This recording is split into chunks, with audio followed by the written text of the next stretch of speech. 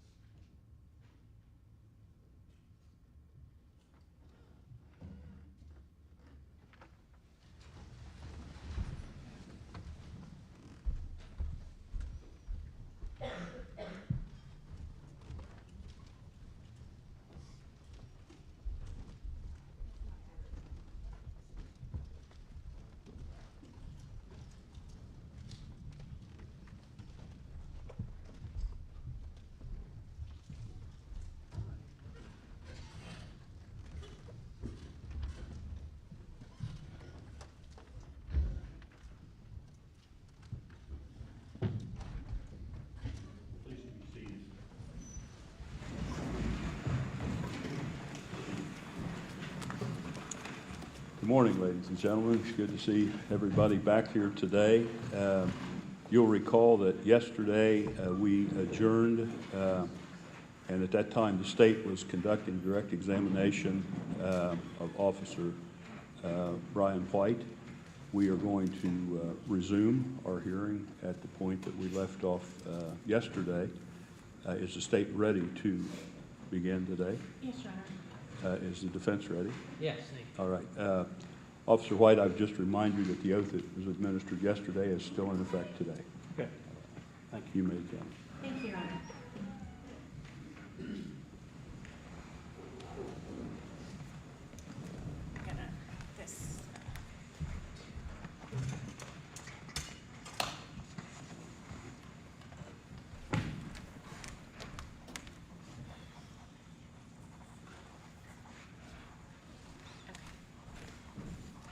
I'm just gonna place up here again, State's Exhibit C436. And this is just the diagram of 3122 Union Hill Road with the general evidence. Is your monitor on? No.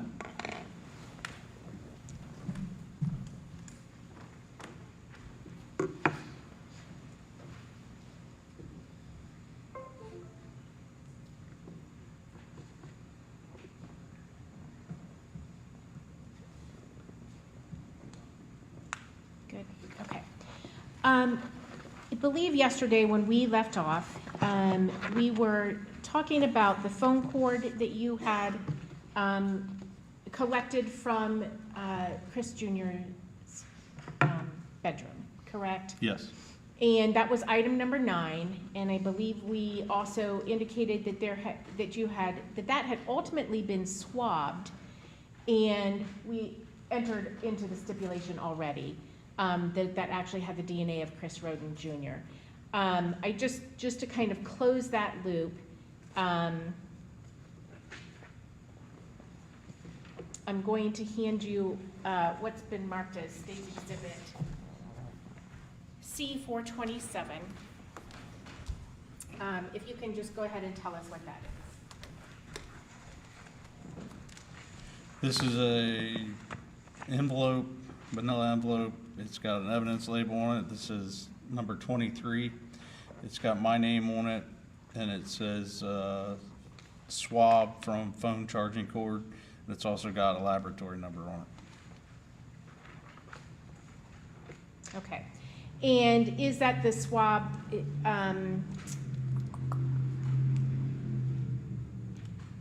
from Chris Jr.'s phone cord? Yes. Okay.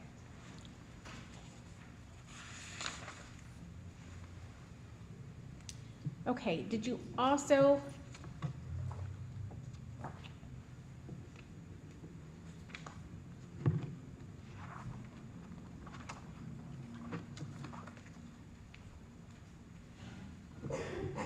sorry.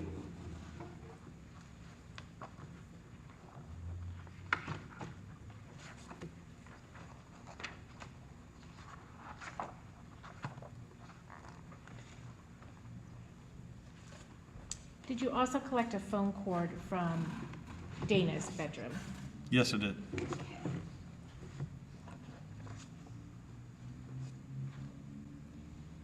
State's Exhibit C-316, 7957. Would you, sir? Oh, yes, please, no photos. We say 7917. Correct. No, 7957, 7957.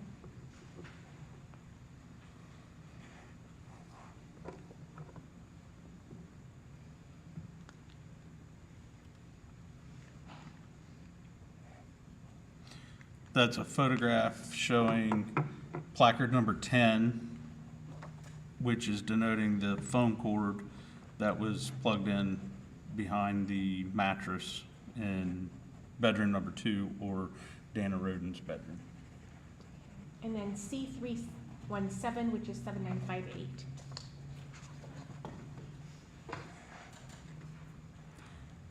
That's again in the bedroom number 2, or Dana's bedroom.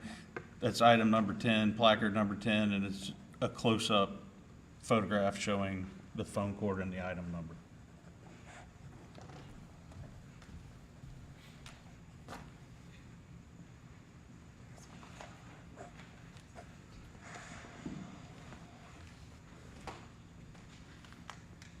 Handing you what's been marked as State's Exhibit 414. Can you tell us what that is, please? It's a brown paper bag that says evidence number 10, has an evidence label on it. It says it's a cord, a phone charger cord from bedroom number 2. It's got my name on it and my initials. Okay. And then, again, did you ultimately swab that phone cord as well? Yes, I did. Okay. And you, it's been marked as State's Exhibit C-428. If you can tell us what that is. That's a manila envelope, again, with an evidence label on it. This says evidence number 24, and it says blind swab from phone charging cord in bedroom 2. It's also got a laboratory label on it. Okay. And that is the swab that you took from Dana's phone cord, correct? That's correct. That is pictured in item number 10. You can minimize that. Your Honor, again, I believe that the parties have a stipulation. Please state that for the jury. Thank you, Your Honor. That State's Exhibit C-414 is the phone charging cord found in Dana Roden's bedroom. This item was identified as BCI item number 10. This item was swabbed for the purpose of DNA testing.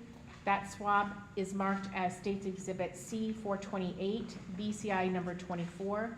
The swab was sent to the lab for DNA testing, and there was not sufficient DNA in the swab for comparison purposes. Mr. Parker? That's correct,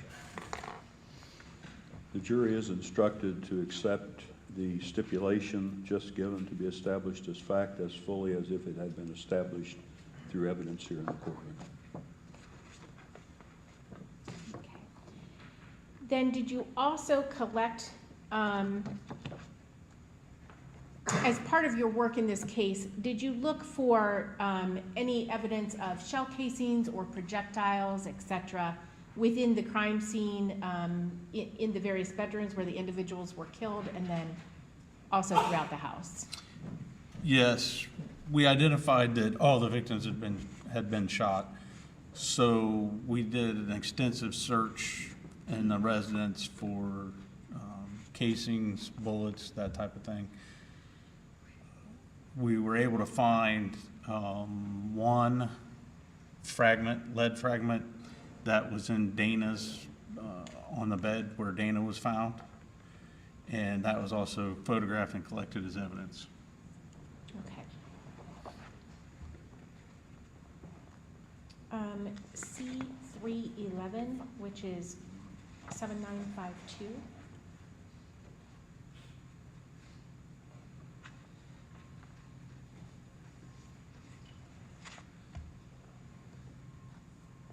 That's a photograph with placard number 8, and that is the fragment that was found once the pillow was removed from Dana's bed.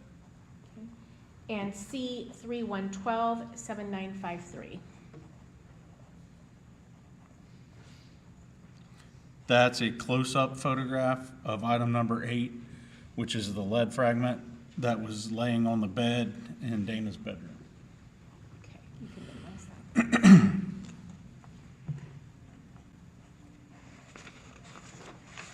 that. And once again, Lieutenant, I'm going to approach you with what's been marked as C412. If you can let us know what that image is, please. Small manila envelope. It's got an evidence label on it. It says evidence number 8. It says projectile, metal fragment next to the victim's head, bedroom number 2. It's also got a laboratory number on it, and it's got my name on it.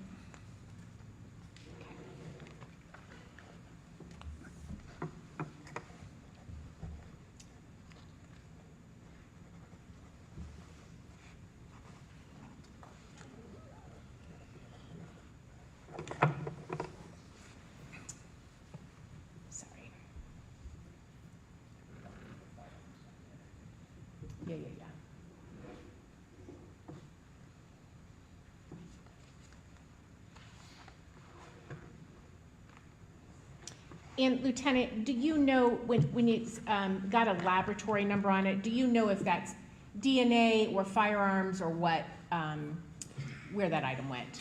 No, I don't.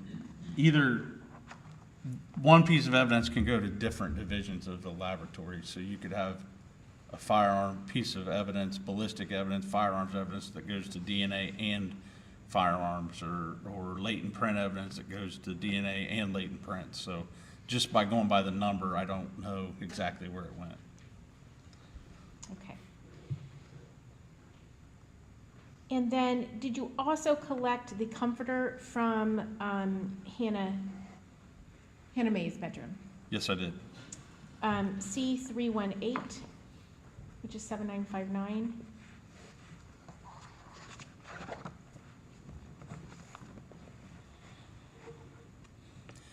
That's a photograph showing placard number 11, or evidence item number 11.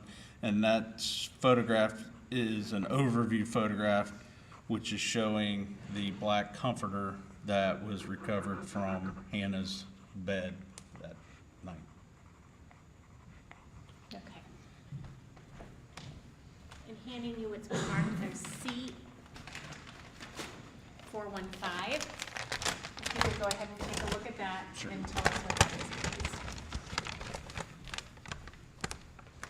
This is a brown paper bag that has evidence label on it. It says evidence number 11. It says blanket comforter from bedroom number 3, which is Hannah's bedroom, It's got my name on it.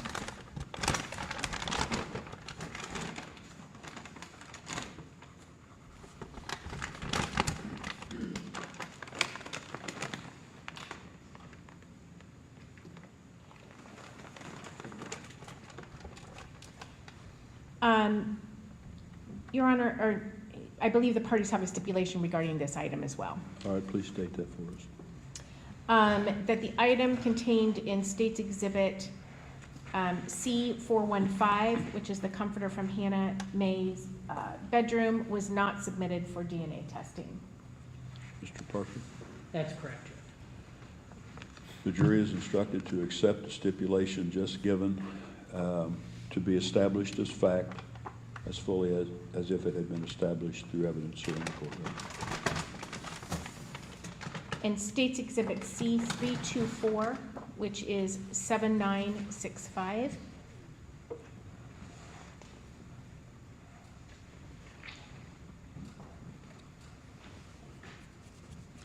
That's a photograph showing evidence number 12, or item number 12, and that is also in Hannah's bedroom.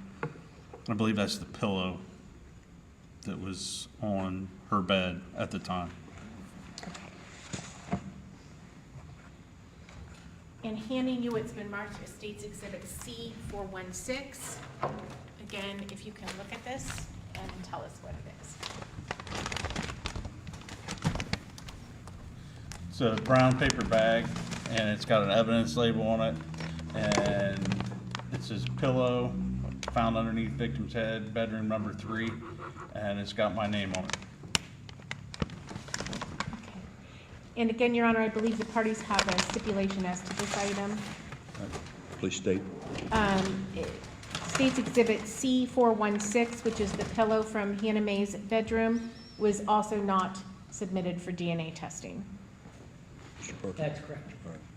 And the jury is instructed to accept the stipulation just given as established as fact, as fully as if it had been established through evidence here in the courtroom.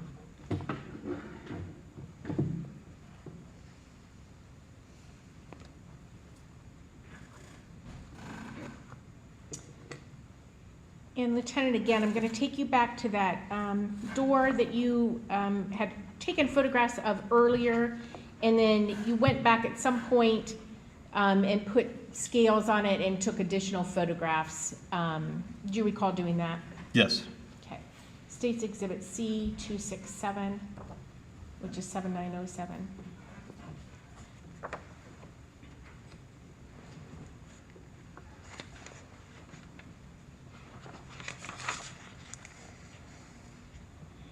And can you tell us what we're looking at there? That's a photograph of the door jamb from the front entry door, and it's a photograph that has scales in it, and what I'm showing there is a couple of the defects that were found in the door, unknown when they occurred. Okay. And then C268, which is 7908.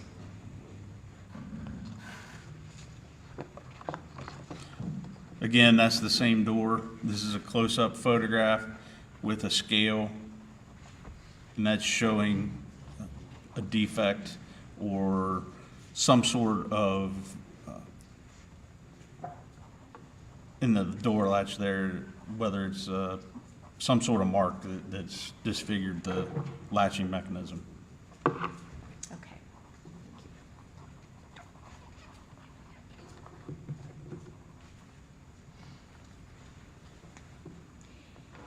And at some point, Lieutenant, you obviously are processing this scene, spending a lot of time after you've photo documented everything, then going back and recovering or retrieving, collecting some of the evidence and marking where you're collecting that from. At some point, did a coroner or the coroner's assistant ever enter the scene to examine the 3 bodies? Yes. Okay. And do you have an idea of when that might have been, as in time of day? It was in the evening time. I'm going to say around 8:20ish, 8:30ish in the evening on the 22nd. Okay.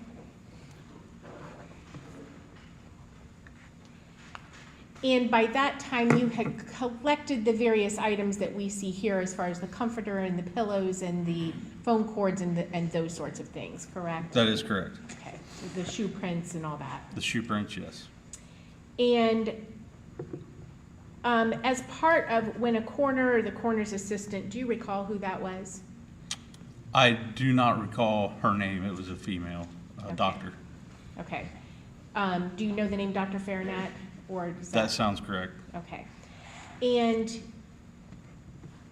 when a coroner or the coroner's assistant enters the scene, do you assist in helping them to manipulate the body so that they can more closely examine it to see if there's other injuries that aren't visible from where you found them? Yes, we will assist the coroner or the coroner's investigator, whoever comes to the scene. We will photograph for them, and they do an external examination.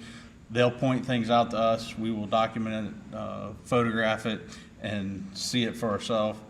And then we will assist in getting the body removed from the scene with the coroner or coroner's investigator. Okay.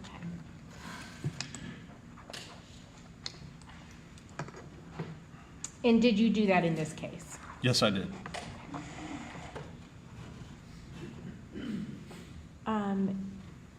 And again, none of these photos.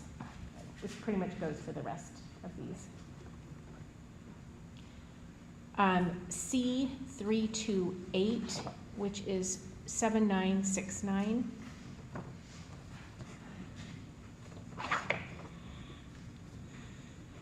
That's a photograph of Chris Roden Jr.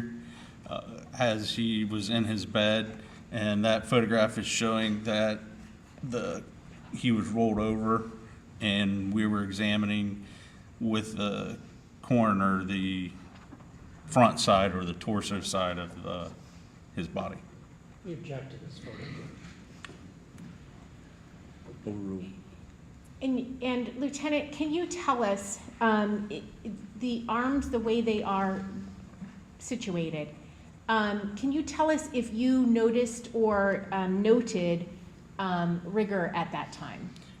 Yes, it's part of the decomposition process, and it's basically the stiffening of the muscles, and the muscles were stiff at that point. Okay. And Lieutenant, can you tell us, regarding rigor, what is your understanding of when that sets in? It's an estimate at best, but once the cardiac function of the body stops, then the decomposition phase starts. Rigor is the stiffening of the muscles, and it can onset anywhere from 8 to 12 hours. And then once it sets in, it releases, and then the body becomes pliable again. Okay. And approximately, and I know there are lots of variables that factor into this, but approximately when does it release? Objection to this, Judge.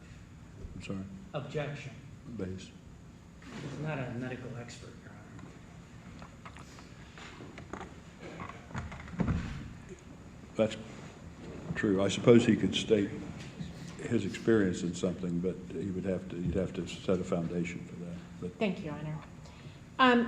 Lieutenant, I believe you said that you processed upwards of 300 homicide scenes during your time with BCI, correct? Correct. Okay. And during that time, again, we just talked about how the coroner comes in and then you help manipulate the body, whereas previously you do not touch or move the body prior to the coroner entering the scenes, correct? That is correct. Okay. And so at that time, prior to the coroner entering the scenes, you would not have necessarily noted whether there was rigor or not, correct? No, I would. We do not manipulate a body unless we have permission from or the coroner or coroner's investigators on scene. Okay. And during, again, your time processing those hundreds of homicide scenes,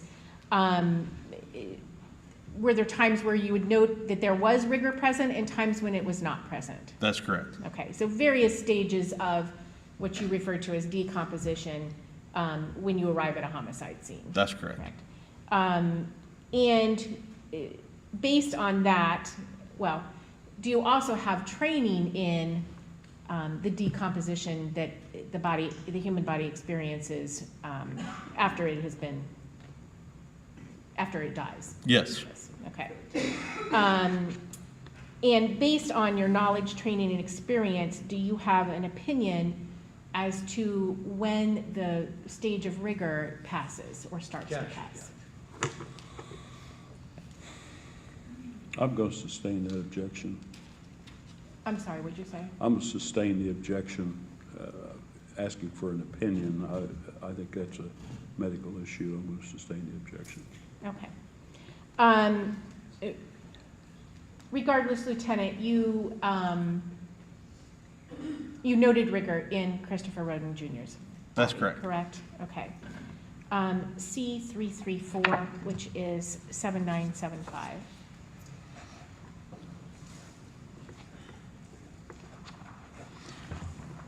That's a photograph of the body bag that Christopher Rhoden Jr. was placed in, and it's identified by the name and date of birth of the decedent in the bag. Okay. And date of birth is 11/4 of 99, correct? That's correct. And when did you help place the body in the body bag? Yes, I did. Okay. And again, do you try to place it in the bag as you found it? Yes. Okay. You can minimize that.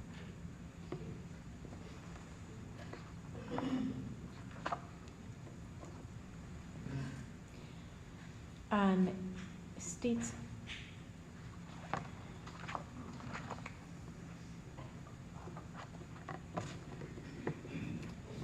And did the coroner and you also do the same for Dana?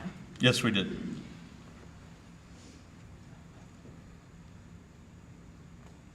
C338, which is 7980.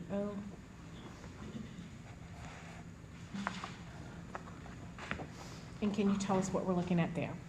That is a photo. Objection to this photo.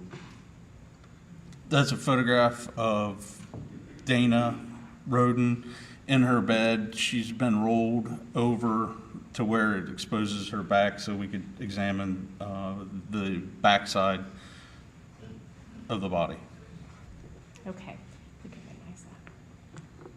And did you also notice rigor in Dana as well?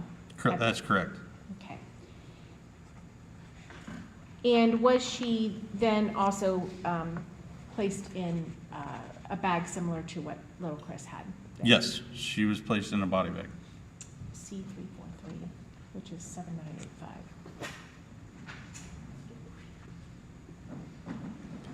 That's a photograph of the body bag with the name on it and the date of birth, 8/29/1978, with the name Dana Roden.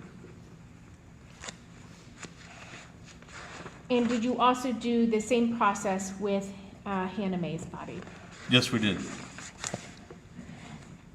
C344, which is 7986.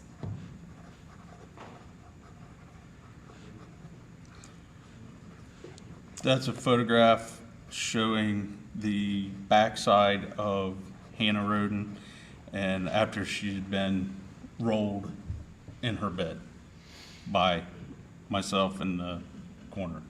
Okay, and did you also note rigor mortis in Hannah Mae Roden's body? That's correct. And also, do you note the pooling of blood or liver mortis as well? Yes. Okay.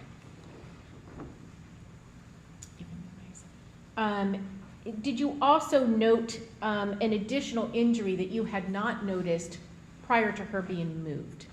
That's correct. Okay. C345, which is 7987.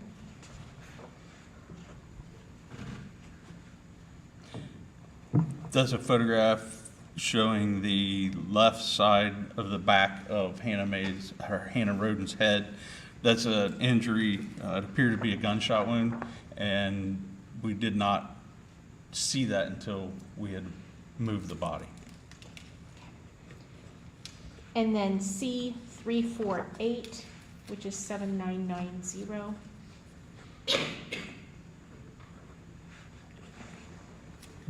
And- Objection, Judge.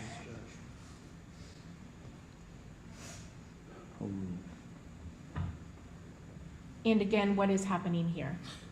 That's, again, another, we had manipulated or rolled her body again to document the, on the right side and also the right arm. Okay. And again, that arm shows signs of rigor mortis, correct? That's correct. And then I believe we saw the pooling of blood along that side indicating that her body had been laying in that position for some time. That's correct. That was the purple area that we saw in the photograph. And was Hannah Mae also placed in a bag similar to the others? Yes, she was. C350, which is 7992.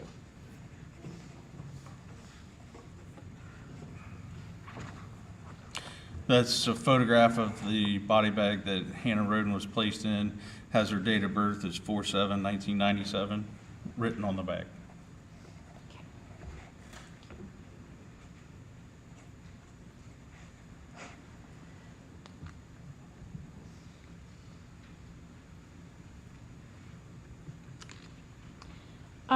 Before the body of Dana was removed from that scene, and prior to manipulating her and assisting the coroner, did you also mark an area for blood collection? Yes. Okay. C235, which is 7976.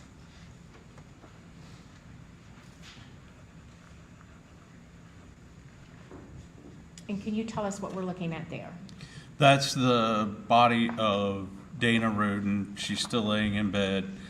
That's a placard B, and you'll notice on the left leg about the thigh area, there's a reddish stain, which is appeared to be a blood stain. So that's what that placard is denoting, and then a sample of that blood stain was collected. Okay. And then C336, 7977. And again, that's the same area, just a close-up photograph of that blood stain on the left thigh. Okay. And then C337, which is 7979.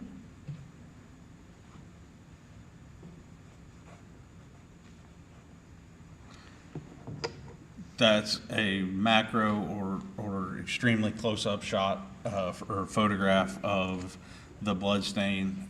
It's just documenting what the area, the size, and also what the stain looks like.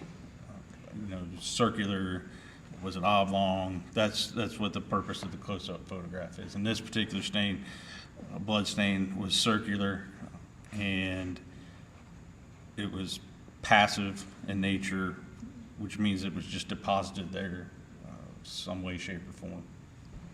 Okay. And what, Lieutenant, if you can help us understand, obviously we've seen the photos now.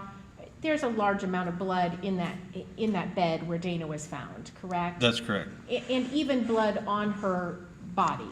Yes. Why did you focus your attention on this particular area of blood? Well, it didn't seem, from looking at her body positioning, and there were no defensive marks or anything on that we could tell on her body, that she wasn't in a position herself to deposit this on her leg. It could have been dropped from another source. Okay. And what you would call a cast off? More like a drip from a blood source. Okay.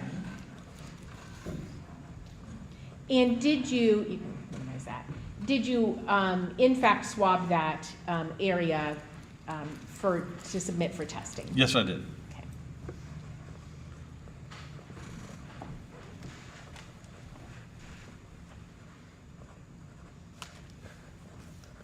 Hanny, what's been marked as State's Exhibit C-424, if you can tell us what that is. This is a manila envelope that says evidence number 20. It says blood sample, two swabs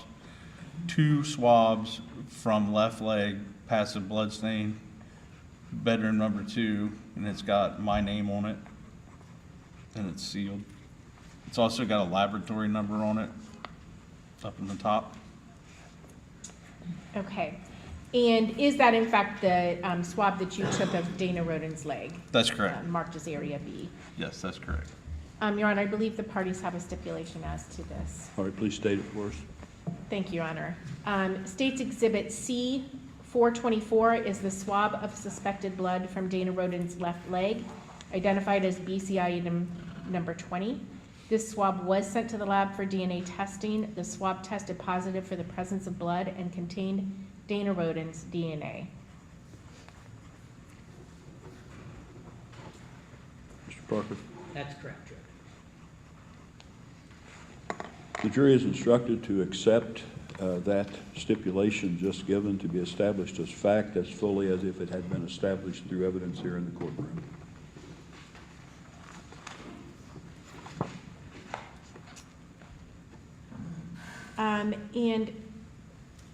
Lieutenant, did you also, you previously had testified that you marked an area in Christopher Roden's bedroom as area number A, and I believe that was on the floor to the, if you're facing the bed, at the foot of the bed, to the left of the bed, between the bed and the closet. That's correct. Okay. And just C9 or 294, which is 7935.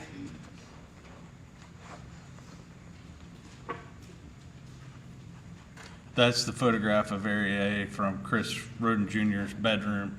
That's the blood stain that was found on the floor close to the wall in between the bed and the closet. Okay. And did you ultimately swab that area as well? Yes, I did. Okay.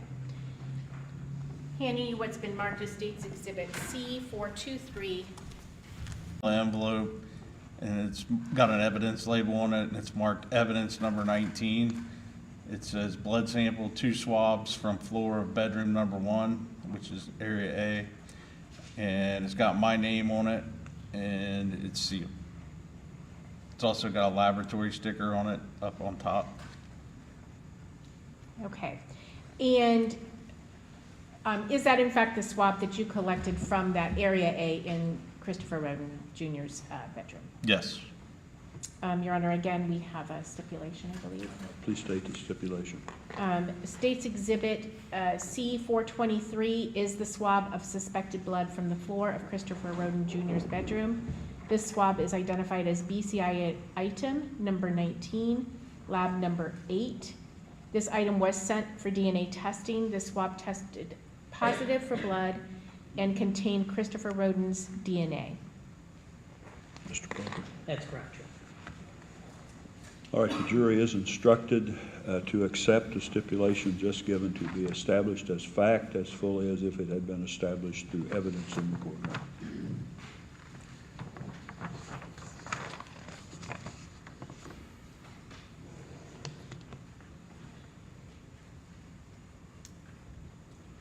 Were those the only 2 swabs of blood that you collected from that scene that day? Yes. And did you, when you were in Hannah Mae's bedroom, did you look for a phone cord and or a phone? Yes. And were you able to locate either one of those items? No, we didn't locate a phone or a cord in her room.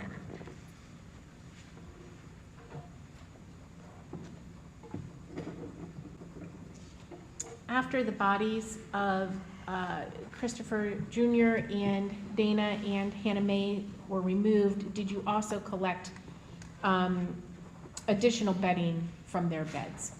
Yes. C-352, 7994. Again, none of these photos really from today. That's a photograph with placard number 13, and that placard is denoting the sheet that was found on Christopher Roden Jr.'s bed. Okay. Handing you what's been marked as State's Exhibit C417. If you could tell us what that is, please. This is a paper bag that has an evidence label on the front that says one sheet, and it's from bedroom 1. It's got my name on it, and it's also got my initials on it.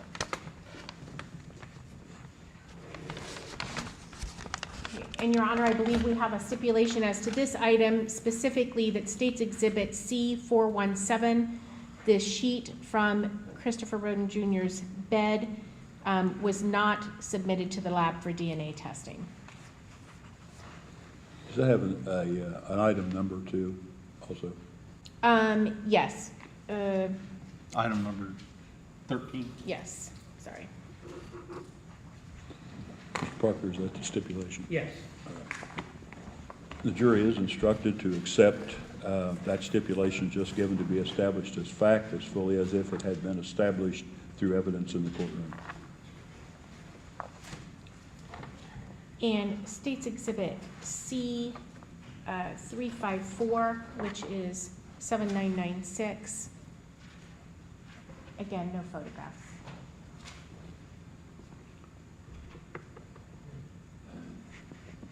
And can you tell us what we are looking at there? That's an overall photograph of Christopher Roden Jr.'s bed, and that's showing the blood stain that was on the mattress once the sheet was removed.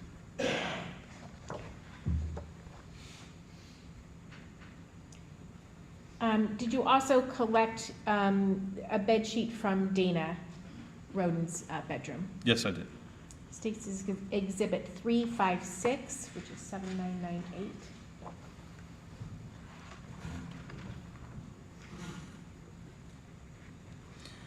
That's a photograph showing placard number 14 or item number 14 is what the number represents. And that's showing the sheet that was on the bed that Dana Roden's was removed from. Okay. And that would be item 14. Item correct? number 14, yes. Handing you what's been marked as State's Exhibit C418. If you could go ahead and look at that and tell us what that number is, please. This is a brown paper bag, and it has an evidence label on it on the front. It says one sheet, and the location's from bedroom 2. It's got my name on it, and that's it.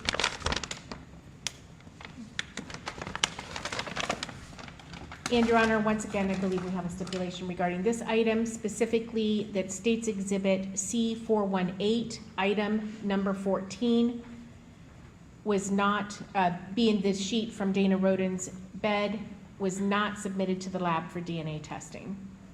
Mr. Parker? That's correct, Judge. The jury is instructed to accept the stipulation just given to be established as fact as fully as if it had been established through evidence in the courtroom. Okay. And finally, Lieutenant, did you also collect the bed sheet that was underneath the body of Hannah Mae Roden as well? Yes, I did. C358, which is 8,000. That's a photograph, an overview photograph showing the bed from bedroom number 3, where with the body of Hannah removed, and that's placard number 15, which is representing item number 15, which is the white sheet there.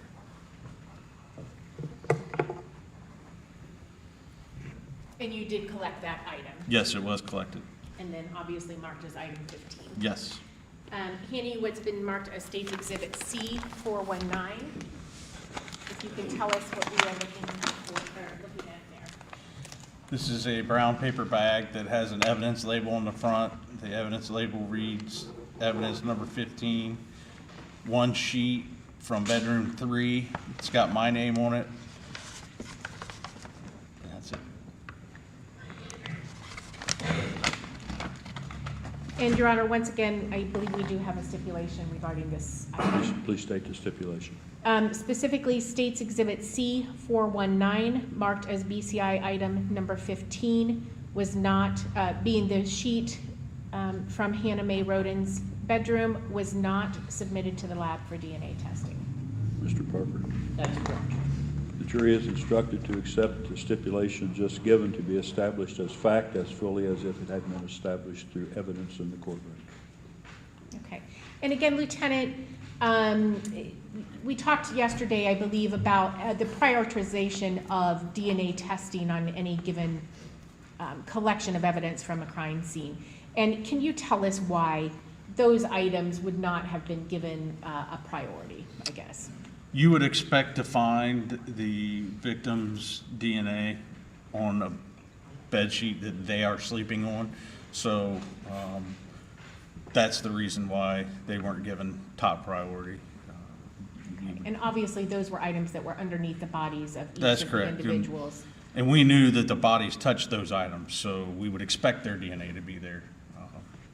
And other than the area A, where you've collected blood from the floor of Christopher Roden Jr.'s bedroom, did you observe any other blood in that residence throughout that would indicate anybody else was bleeding? No, there was no other areas identified of any other blood anywhere throughout the house.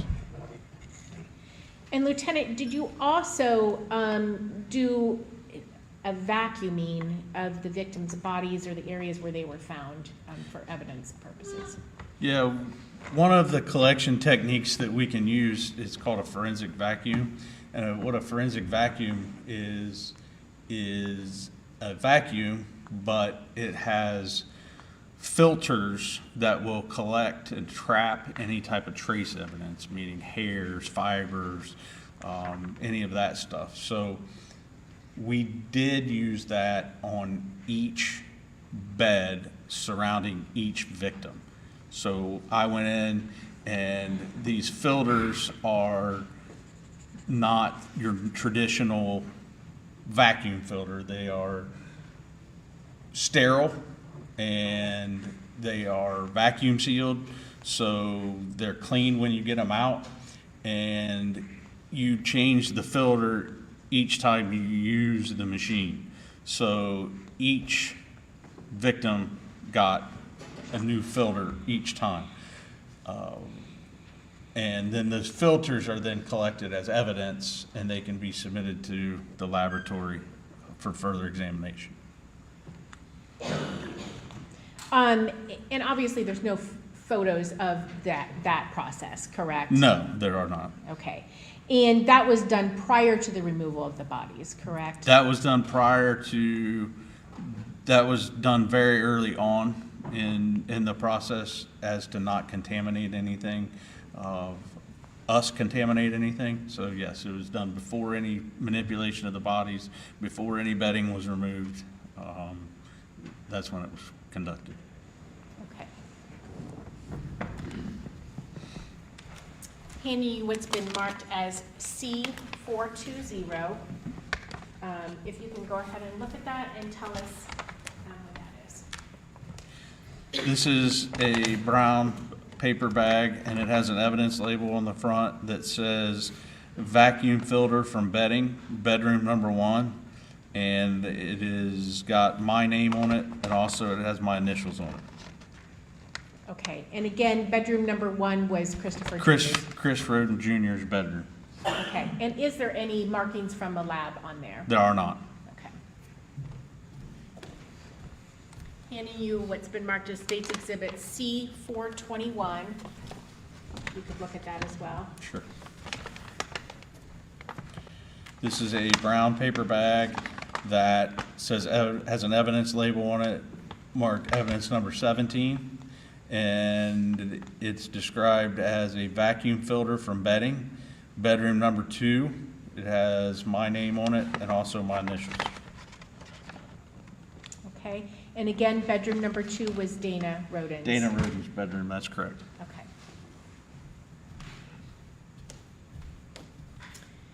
Okay. And C422,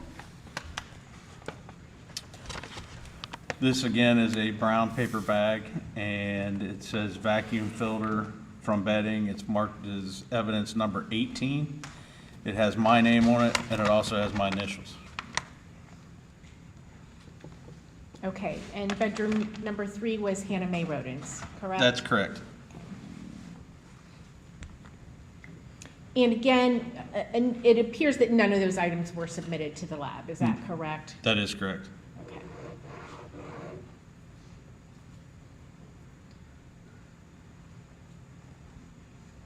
In addition to those 2 areas, the A and B areas that you collected blood swabs from, did you also do blind swabs within the residence at 3122? Yes.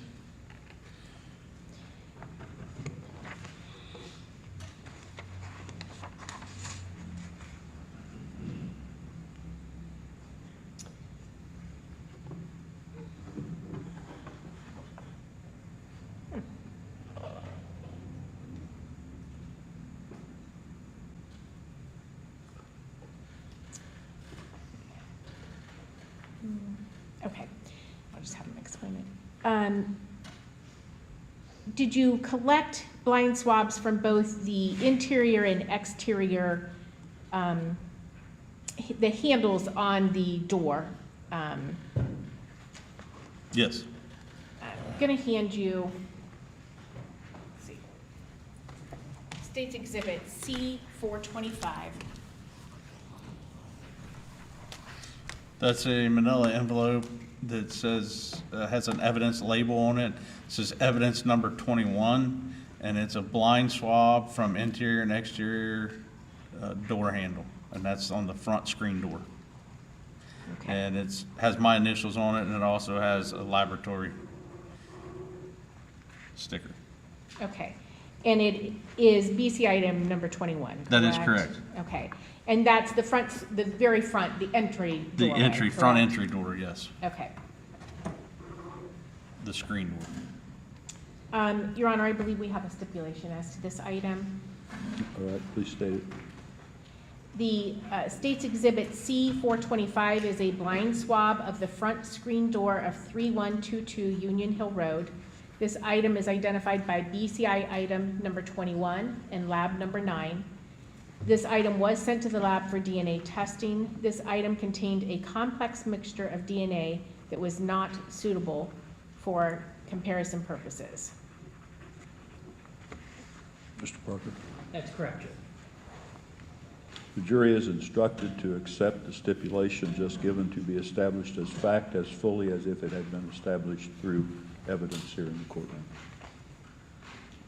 And did you also swab the interior and exterior door handles of that big, again, kind of purplish door Yes, that we saw? Okay, and again, that's the entry door. that's the entry door on the front. Okay. Showing you what's been marked as State's Exhibit 426. If you could look at that and tell us what that is. That's a manila envelope. It's got an evidence label that says blind swab from interior and exterior door handle of the entry door. It's got my name on it. It's also got my initials, and it's also got an laboratory evidence sticker. Okay. And Your Honor, I believe we also have a stipulation as to this item. All right, state the stipulation. State's Exhibit 426 is a blind swab of the front door handle. This item is identified by BCI item number 22 and lab number 10. This swab contained a complex mixture of DNA that was not suitable for comparison purposes. Mr. Parker? That's correct, Judge. The jury is instructed to accept the stipulation just given to be established as fact as fully as if it had been established through evidence here in the courtroom. And Lieutenant, did you also do a blind swab of the interior door handle of Christopher Roden Jr.'s bedroom? Yes, I did. Okay. And just, I guess I should have you explain this. What is a blind swab? Blind swab is a method of collecting potential touch DNA. So anytime you touch something, you have the potential of leaving behind skin cells. And those skin cells, if collected, there's a potential that you can get a DNA profile from them. So a blind swab is simply a cotton swab, and it's moistened or dampened with either a distilled water or a solution called SEB, which is called stain extraction buffer, and that is a chemical that they use in the laboratory during the DNA process, and we can use that out in the field as a substitute for distilled water in order to dampen the tip of the swab, and then you take the swab, the dampened portion, and you swab what it is, the item that you want to try to collect those skin cells off of. Okay. Handing you what's been marked as C431. If you could look at that and tell us what that is, please. That's a manila envelope with an evidence label on the front that says evidence number 27, blind swab from interior bedroom door handle, bedroom number 1, which is Chris Roden Jr.'s bedroom. And it also has my name on it and a laboratory sticker. Your Honor, again, I believe we have a stipulation as to this item. State it, please. State's Exhibit C431 is a blind swab from the interior door handle of Christopher Roden Jr.'s bedroom located at 3122 Union Hill Road. This item is identified as BCI item number 27, lab number 11. This item was sent to the lab for DNA testing. This swab contained a mixture of DNA that lacked sufficient DNA data for comparison purposes. Mr. Parker? That's correct, Your The jury is instructed to accept the stipulation just given to be established as fact, as fully as if it had been established through evidence here in the courtroom. And finally, did you also do a blind swab from the door handle of Dana Roden's bedroom? That's correct. Okay. I'm going to approach you with what has been marked as State's Exhibit C432. If you can tell me what that is. That is a manila envelope, and it has an evidence label. It says evidence number 28, blind swab from interior bedroom door handle, bedroom number 2, which is Dana Roden's bedroom. It has a laboratory sticker on it, and it also has my name on it. Okay. And Your Honor, I do believe we also have a stipulation in regards to this item. All right, please state the stipulation. State's Exhibit C432 is a blind swab from the door handle of Dana Roden's bedroom located at 3122 Union Hill Road. This item is identified as BCI item number 28, lab number 12. This swab was sent to the lab for DNA testing. This swab contained a mixture of DNA that lacked sufficient DNA data for comparison purposes. Mr. Parker? That's correct. The jury is instructed to accept the stipulation just given to be established as fact, as fully as if it had been established through evidence here in the courtroom.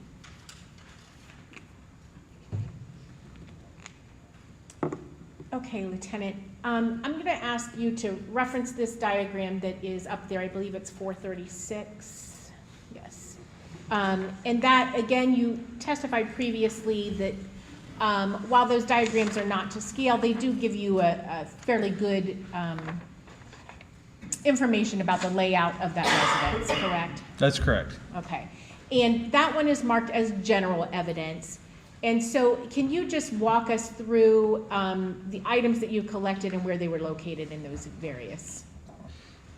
Yeah, obviously number 1 was outside, number 2 was outside. Those were the cigarette butts leading up to the front porch.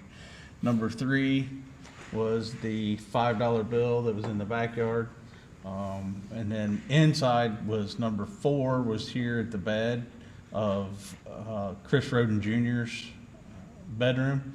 Number 5 was the blanket from bedroom number 2, or Dana Rhoden's bedroom. Number 6 was the pillow that was on the bed of Dana Rhoden's bed. Number 7 was a pillow that was on the bed of Dana Rhoden's bed in the bedroom. Number 8 was the phone charger cord from. Is that correct? Look at number 8. I believe that's actually, it probably is not going to show up. Oh, I'm sorry. Yeah, it's probably not going to show up there. Go ahead. I'm sorry.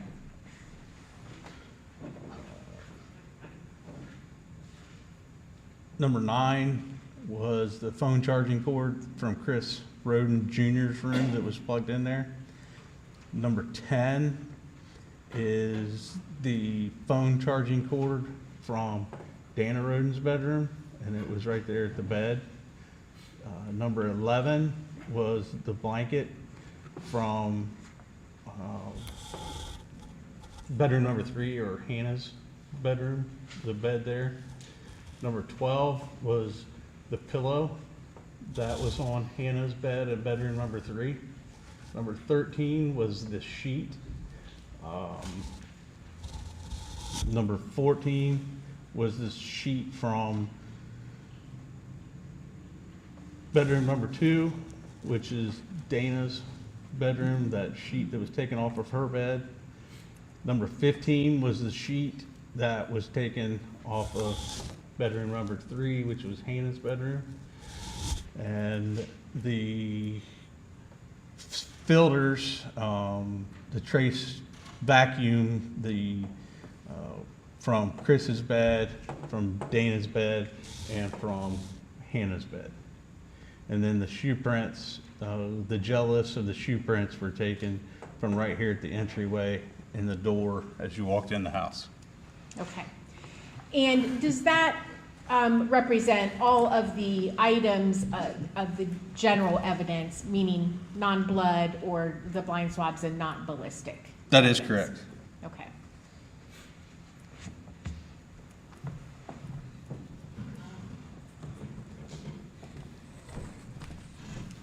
And again, obviously not to scale and not exact, but does that generally fairly and accurately depict the evidence and the locations from the evidence that you collected that day? Yes, it does. Going to place up here State's Exhibit C 435.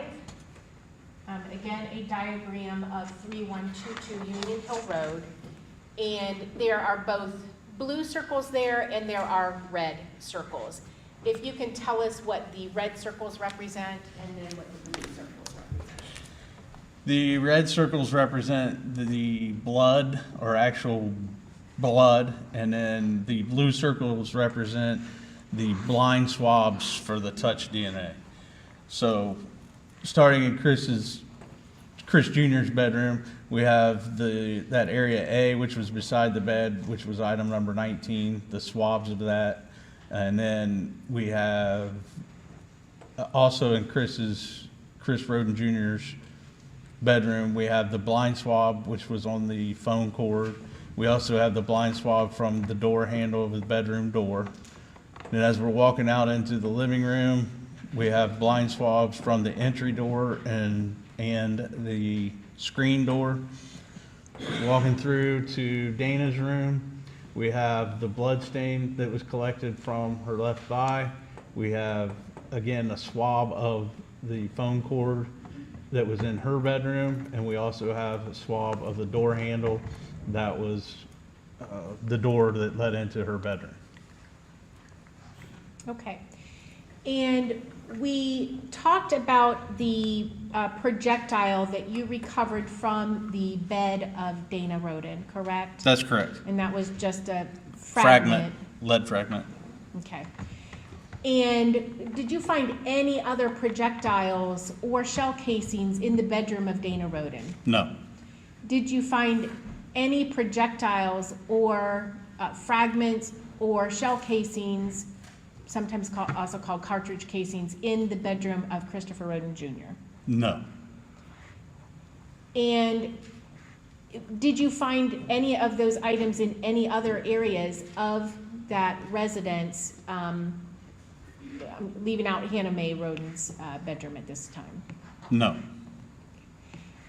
Did you look for those items? Extensively. Okay, and tell us why. As we established early on, the victims were shot, so evidence from a shooting incident could be bullets, it could be fragments, it could be spent cartridge cases, it could be just a variety of different things that can be produced during a shooting event, which we didn't find in the first two bedrooms at all. So that led us, except for that little fragment that we found there in Dana's bed. So as a crime scene investigator, you ask yourself, how can this happen? There's several explanations as to why we're not finding what we would expect to find. And that's important, because then you try to figure out why you're not finding what you would expect to find at a scene like that. And there's several different explanations. Sometimes people pick up their spent casings. Sometimes sometimes casings don't get ejected, like if you use a revolver or something. That could be an explanation. Sometimes they have apparatus that can catch expended shells or spent casings. That's an option. So there's a bunch of different things going through your head when you don't find the things that you expect to find.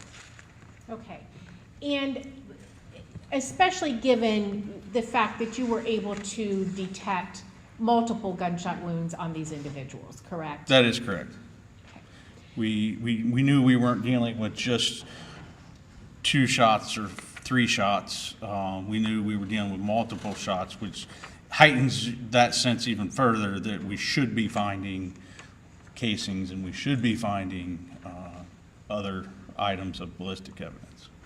Okay. And did you also search Hannah Roden's bedroom for any projectiles or fragments or shell casings? Yes, we did.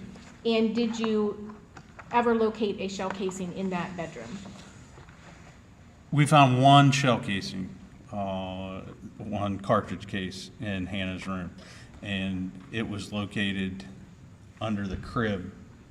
You see in the diagram, the crib's there beside the bed, and that's where the cartridge case was at. Okay. C382, which is 8025.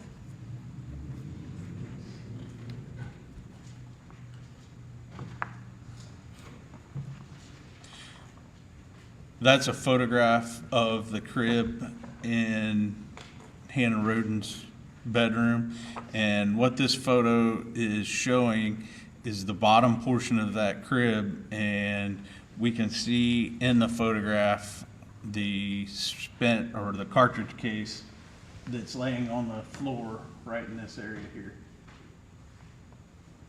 Okay. And that's more of an overall type photograph, not very close up. Okay.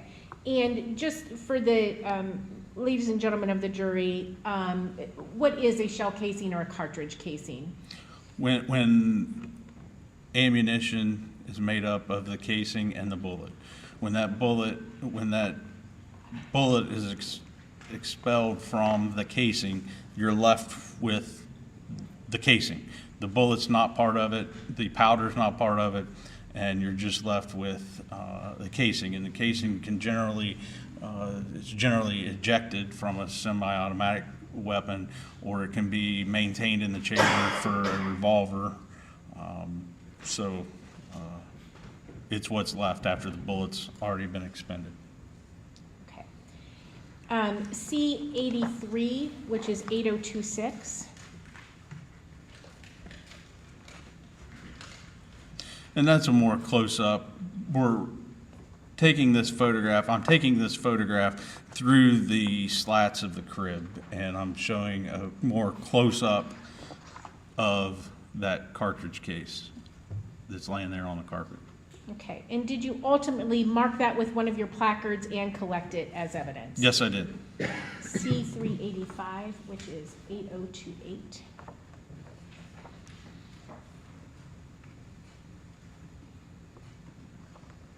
So that photograph is showing us that underneath the crib, that's item number 26, and that placard represents that cartridge case as evidence item number 26.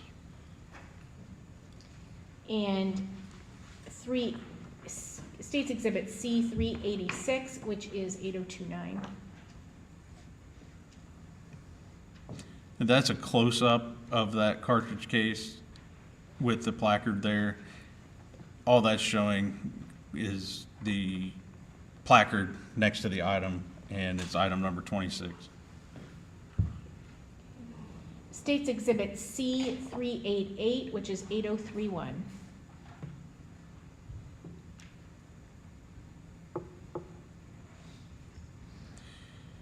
That's after the item, the cartridge case had been removed from the carpet, and it's common practice for us to take a picture of the head stamp, and the head stamp is just what you see there with the writing on it.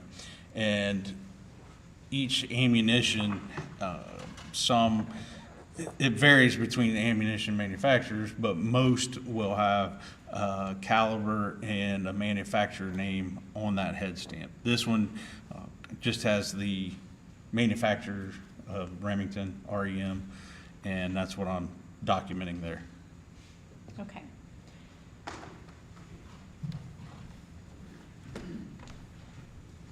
And you indicated that you did in fact collect that as item number 26, correct? Yes, I did.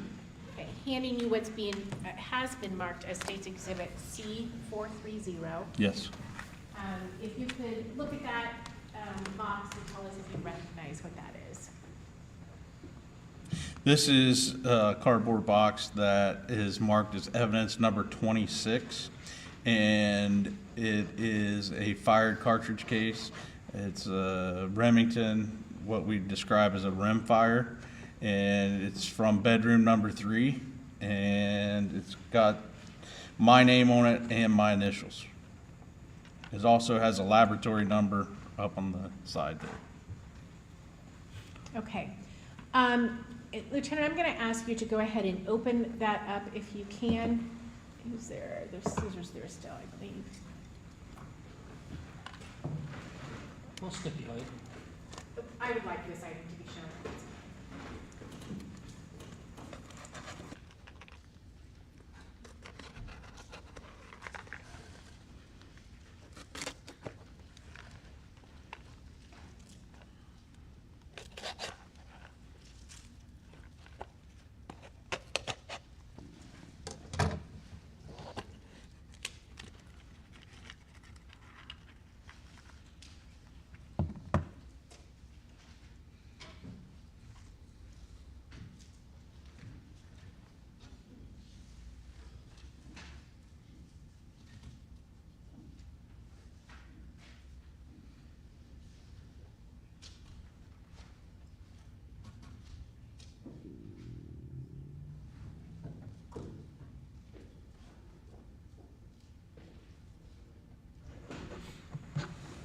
My apologies, Lieutenant.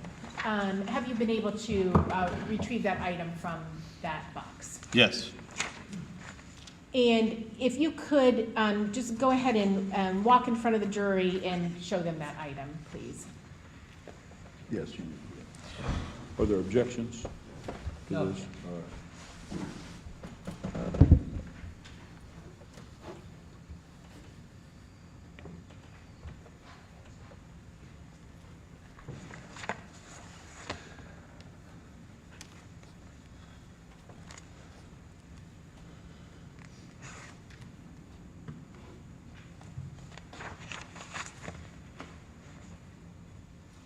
And Lieutenant, can you also turn it so they can see the head stamp on that and make sure that all of our jurors over here too are able to see that, please.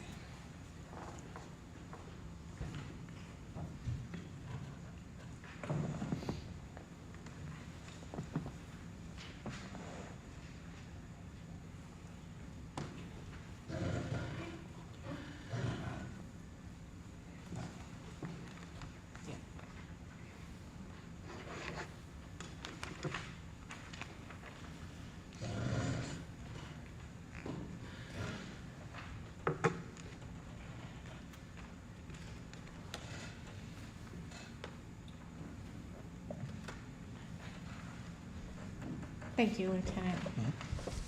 And Lieutenant, can you tell us, again, in your experience of processing over 300 homicide scenes,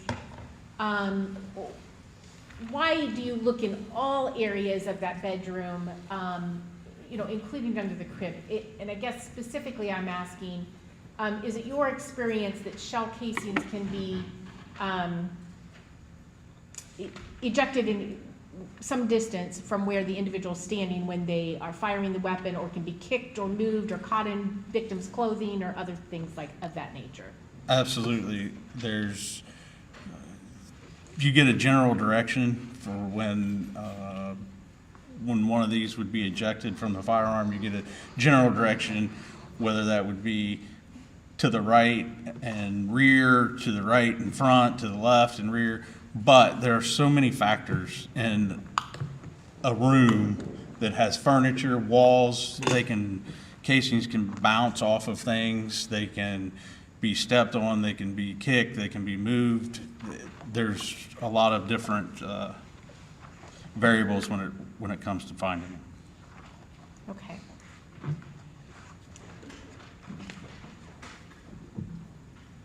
Was that the only shell casing that you recovered from that residence? That's correct.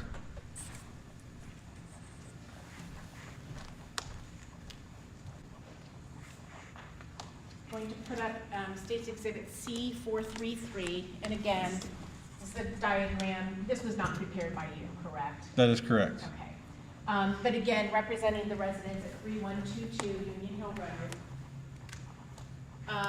And it's entitled Ballistic Evidence. And we see two green circles there. Can you tell us what those represent? Those green circles represent any type of ballistic evidence that was recovered from the scene.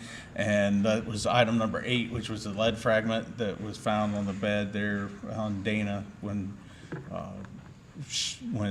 we found it there on Dana's bed. And then the cartridge case that was found underneath the crib in Hannah's bedroom.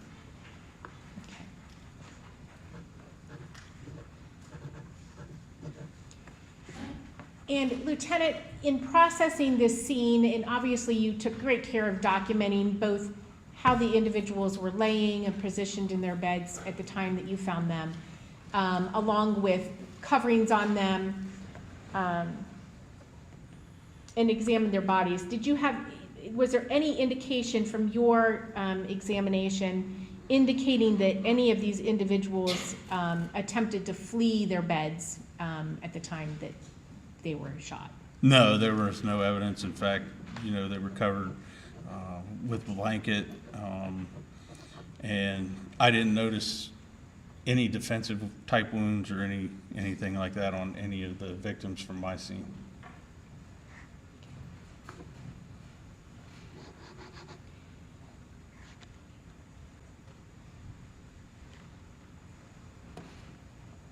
And if some of the individuals for instance, Christopher Rhoden, you testified earlier, his bedroom was kind of off to the right, and I think you said the far end of that residence. And correct. Then the two females were closer together there.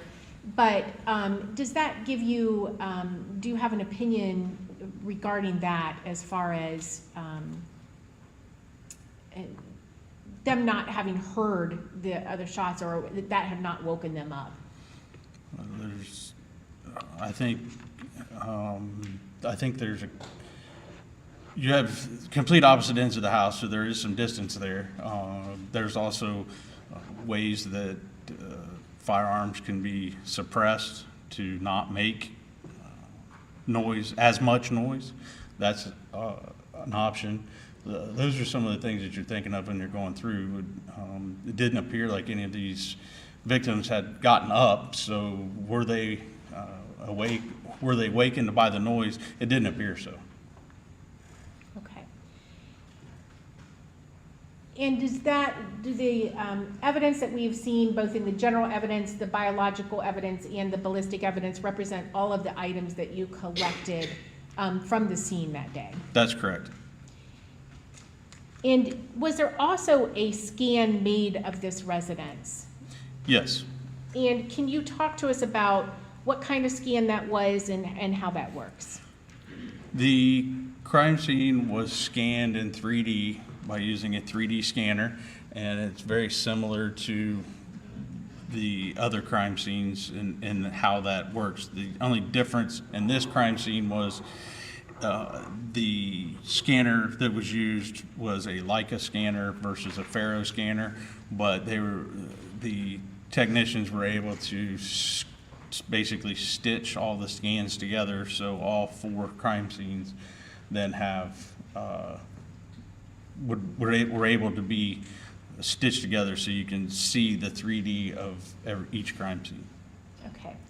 And was that done prior to, again, manipulating any evidence in the scene prior to putting your placards down and that sort of thing? That's correct. Okay.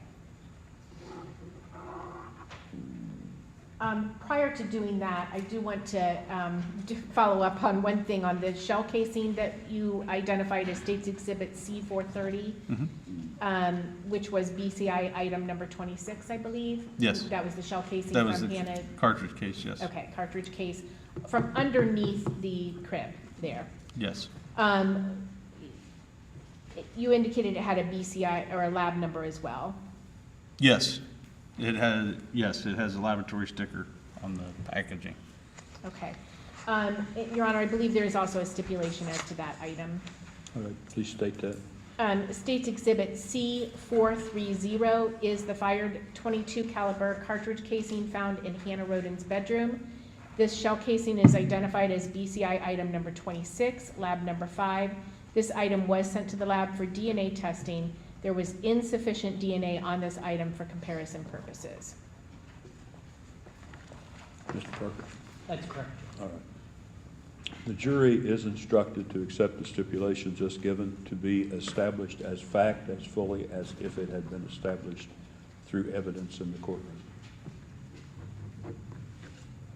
And I also, Your Honor, I believe we have one final stipulation as to any DNA testing, that of all the items that were submitted and tested from the residents of 3122 Union Hill Road, none of the items contained the DNA profiles of either Edward Jacob Wagner, George Washington Wagner IV, which is the defendant present here in the courtroom, George Washington Wagner III, which is also referred to as Billy Wagner, or Angela Wagner. That's correct, sir. All right. With respect to that stipulation, the jury is instructed to accept the stipulation to be established as fact as fully as if it had been established through evidence here in the courtroom. At this time, Your Honor, I would ask to play the scan of this scene marked as State's Exhibit S, as in Sam, S3. All right, this is a scan. Any objections to No. playing the scan? All right, may do so.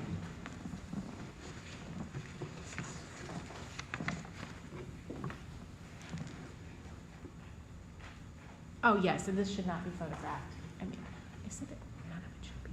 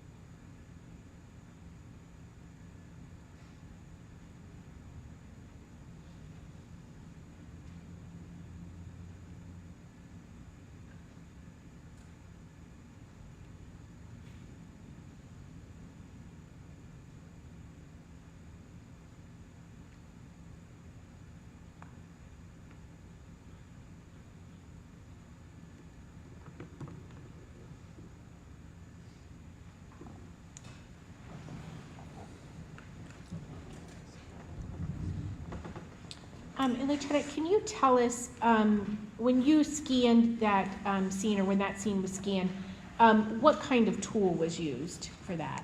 It was a Leica 3D scanner. Okay. And again, does that fairly and accurately depict the scene at 3122 Union Hill Road that you found, as you found it that day? Yes, it does. Okay, and before anything was moved or your evidence placards were placed? That's correct. Okay. Lieutenant, did you also, those vehicles that you had photographed earlier that were in the driveway there at 3122 Union Hill Road, did you also look through those? Yes, I did. Okay.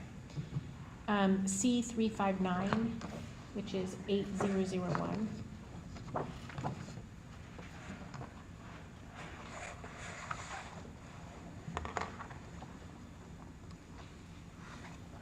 That's a photograph of the Jeep that was in the driveway there in front of the red barn, the residence there at 3122 Union Hill. That's just with the driver's door open, taking an overview from outside to inside on the vehicle. Okay, and State's Exhibit 360, 8002. Again, that's the same Jeep and through the driver's compartment, and that's just a mid-range shot showing the console area and the driver's seat. Okay, and C361, which is 8003.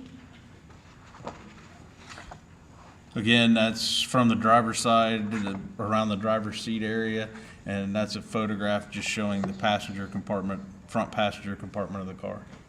Okay, and what appears to be perhaps a purse on the And then passengers. in a purse, yeah, that's on the passenger seat. Okay. C366, 8008.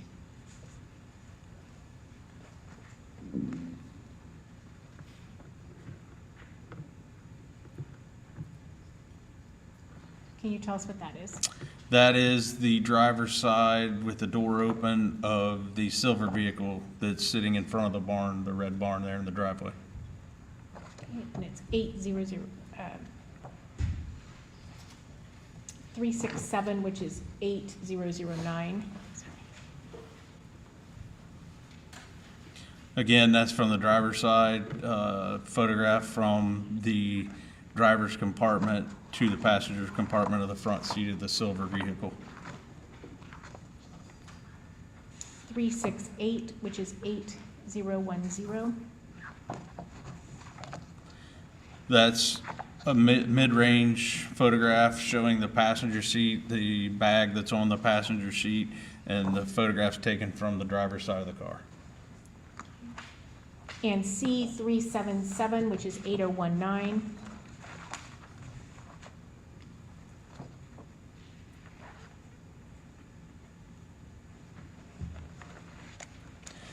That's a photograph from the passenger side of the vehicle with the passenger door open, and that's showing the bag and the plastic bag that's on the passenger side floorboard. Okay. And C379, which is 8022.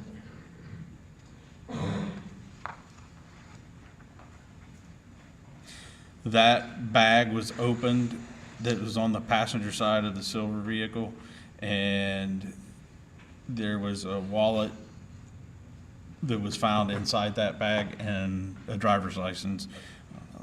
This, I believe, was to Dana Roden, and this photograph's just showing that that wallet came from that bag and that there was a driver's license in it. Okay. And C378, which is 8021.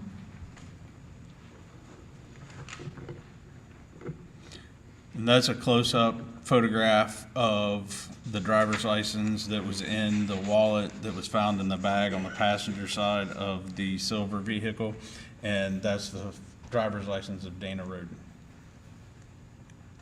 And C380, which is 8023.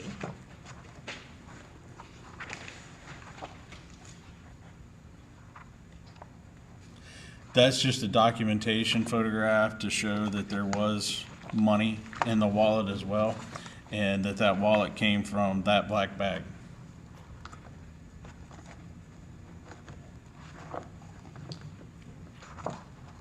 And was any of this collected as evidence, or you were just documenting the interior of that vehicle and the belongings found in there? This was just for documentation purposes, just to show that we did go through the vehicle, and no evidence was collected from the vehicle.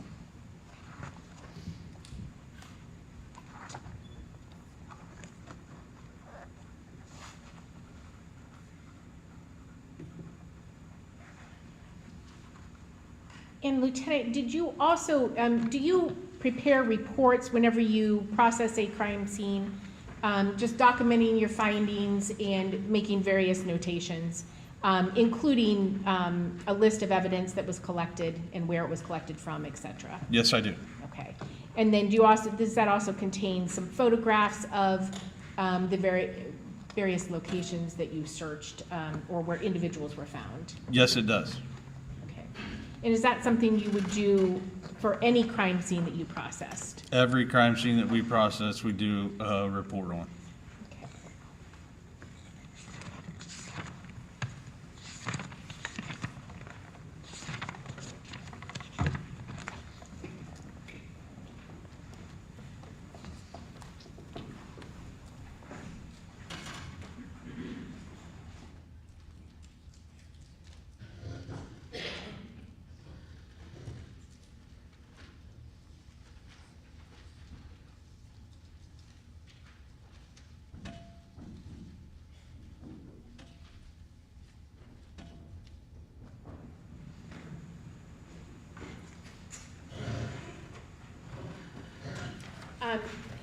Lieutenant, handing you what's been marked as State's Exhibit C. It's an 8-page document that has been stapled together.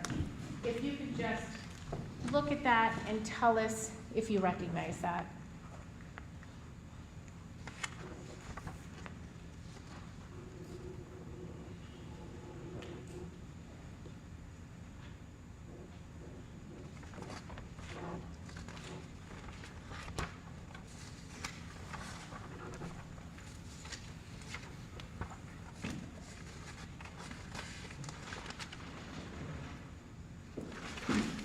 Yes, that's the report, a copy of the report that I prepared in processing the crime scene.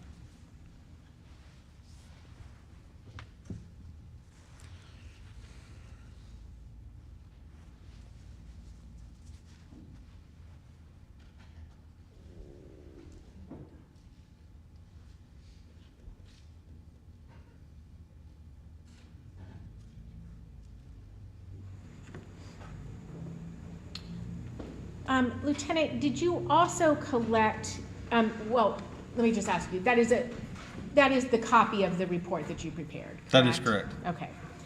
And did you also collect an item from Sheriff Evans at that scene? Yes, I did.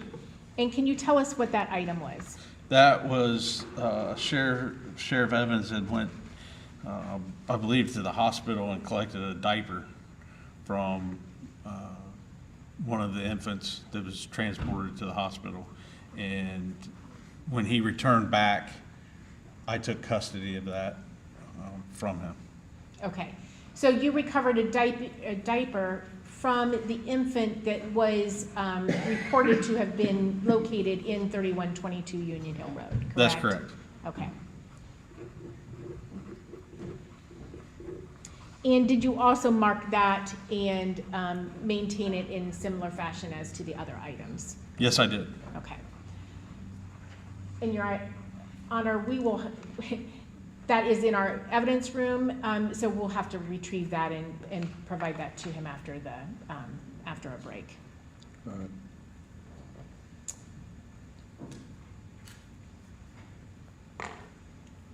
Lieutenant, does that represent the sum of what you did at 3122 Union Hill Road on April 22nd of 2016? Yes, it does.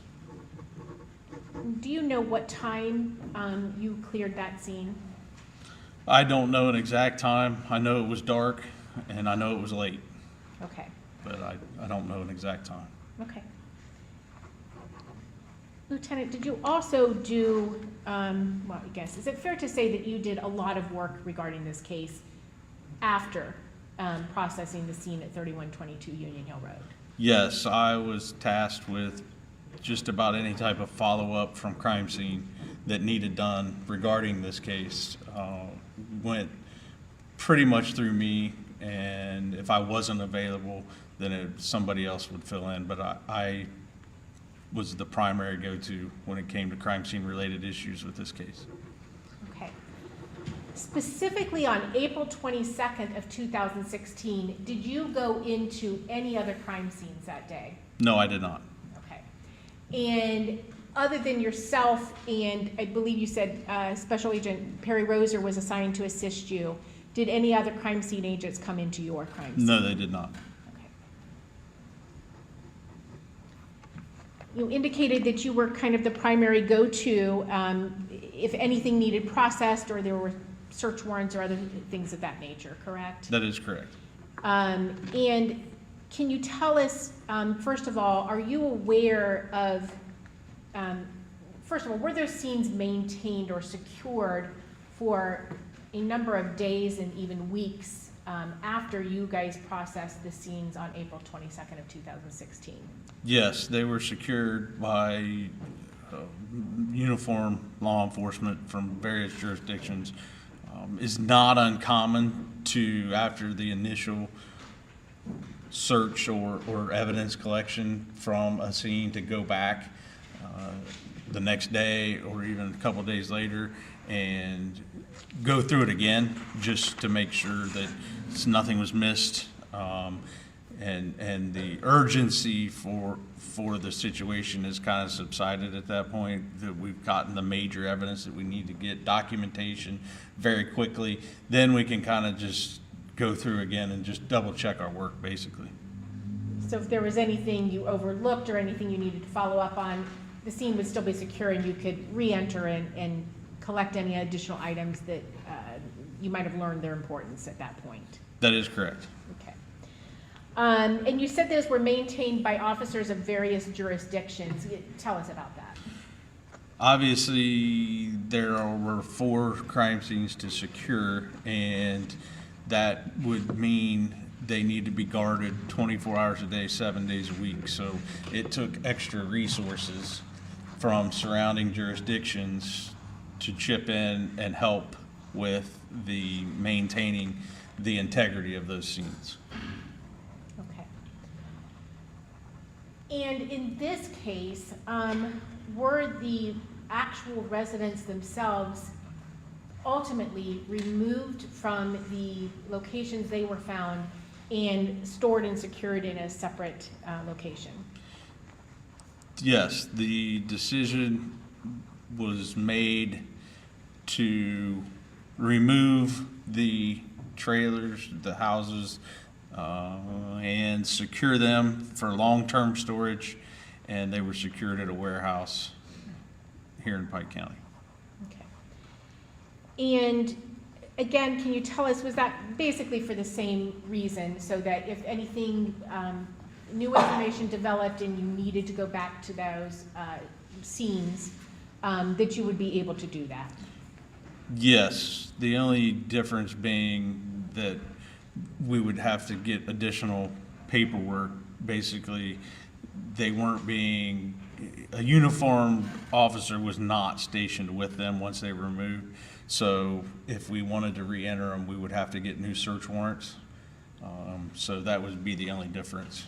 But yes, it was to maintain for long term. Okay. And so anytime you wanted to re-enter those locations, you would have to get a new search warrant? That's correct. Okay. The first set of search warrants that you got on April 22nd of 2016 gave you permission to enter each of those individual scenes. Yes. And that kind of remains open for, until such time as the security is removed. That is correct. Fair? Yep. So it's contemplated in the search warrant itself that it might take more than one day to Yes. process that. Okay. That's correct.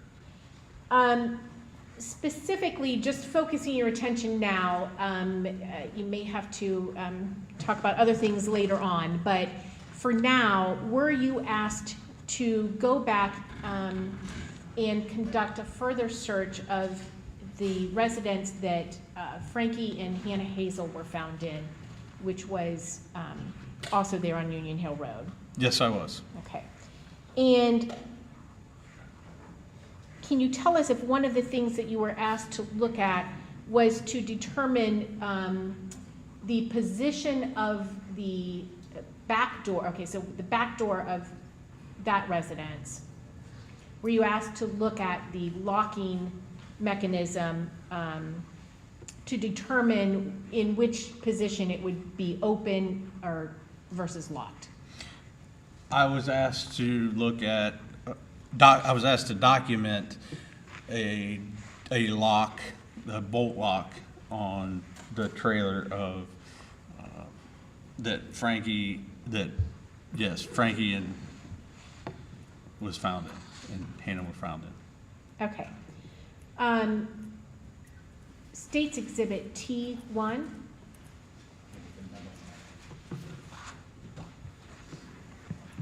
1979.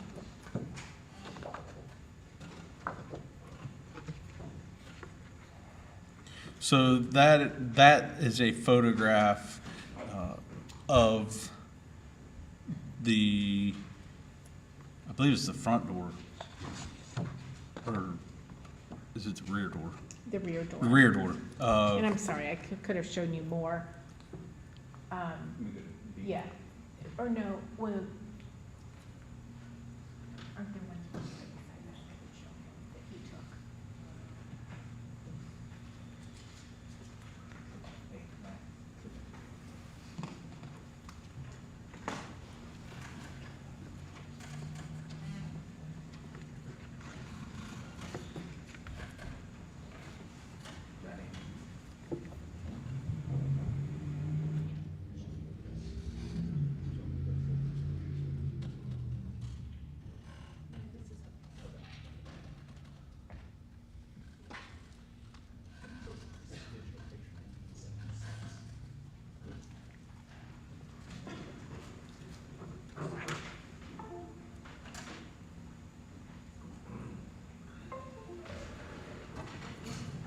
Will it automatically go on his screen? Yes, I've got it. Okay. So, picture there, and again, this is a picture that you took, Yes, and it appears to be the rear of the it residence. is the rear, correct? yes. Okay. Do we have an exhibit number on that? I'm sorry, T2. Thank you. Digital picture 1976. And there's crime scene tape across the back of that door at that time. Is this after the residences themselves have been moved? That's correct. They had already been removed from the original property and taken to the facility for storage. Okay. And then I'm going to go back to T1.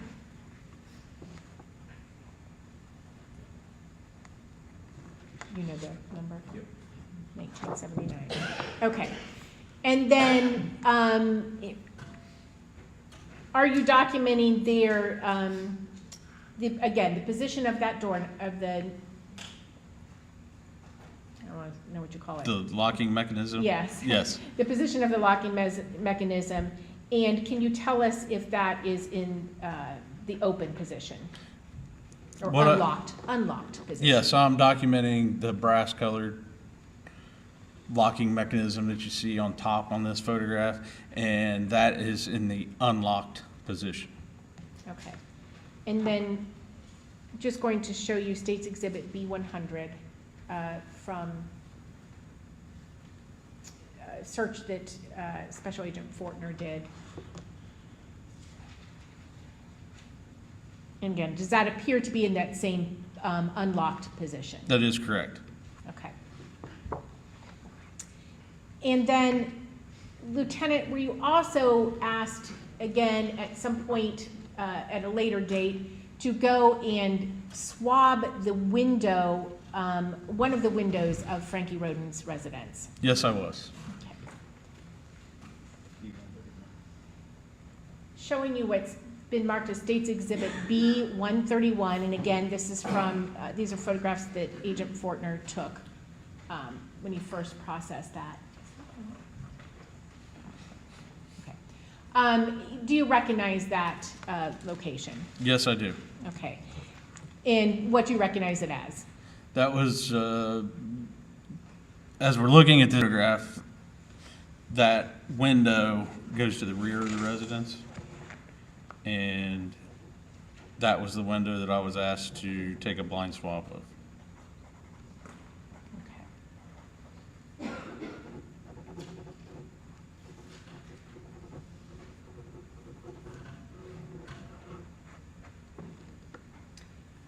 And did you in fact take a blind swab of that? Yes, I did. Okay.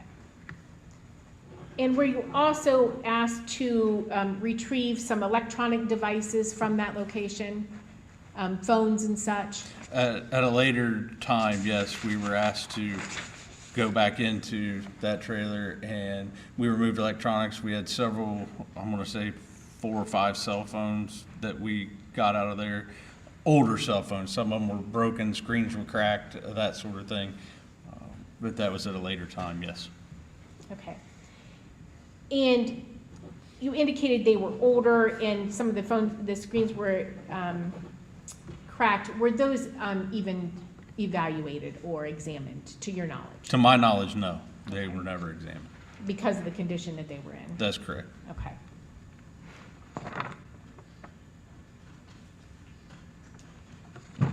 Lieutenant, during your processing of these scenes, did you ever find any evidence of marijuana grows at this location, at the 3122 Union Hill Road? There was no evidence of any marijuana grow at 3122 Union Hill Road. Okay. And in fact, did you find any evidence of illegal drug use at that location? No, we found nothing that would indicate that at 3122 Union Hill Road. And did you in fact, at one point or another, again, not on April 22nd of 2016, but at the later dates when you were asked to go into various residences for further information, did you in fact at one point or another enter each of those crime scenes? I did, yes. Not the night of the initial call, but later on, I went into each crime scene.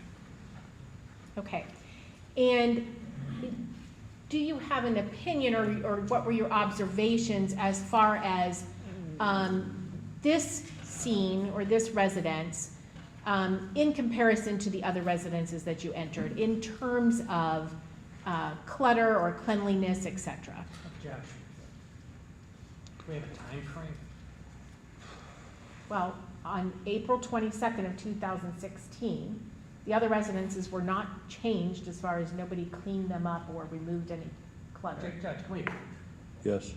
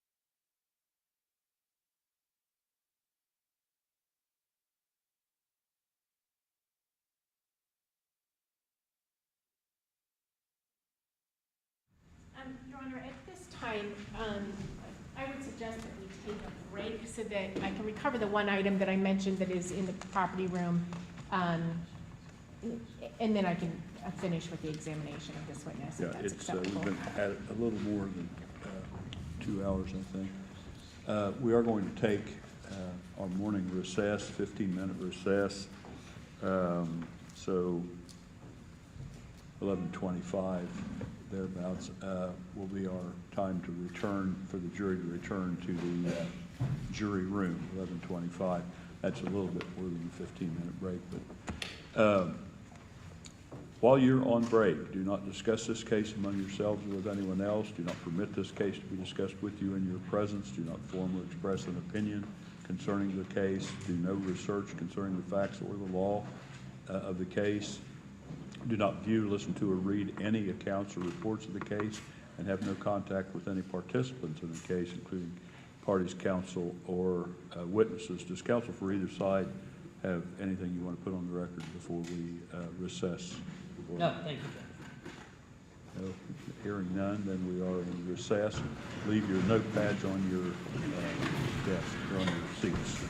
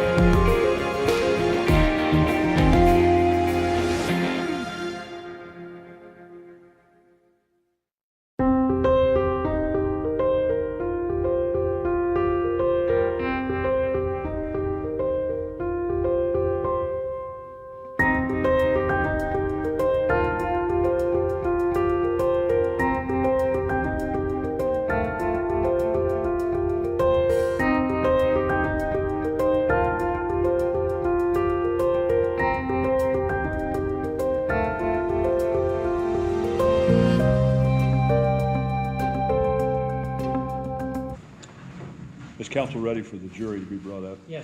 Yes, Your Honor.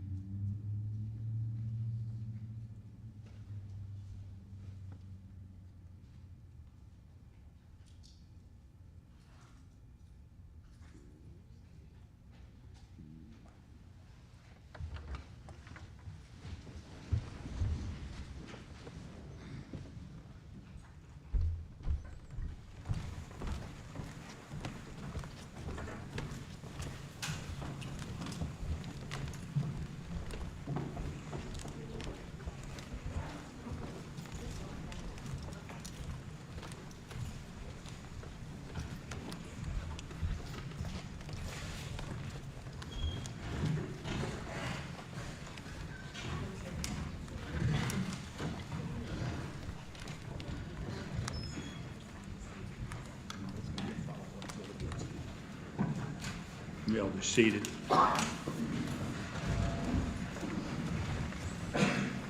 The state of Ohio may resume direct examination of Lieutenant White. Thank you, Your Honor.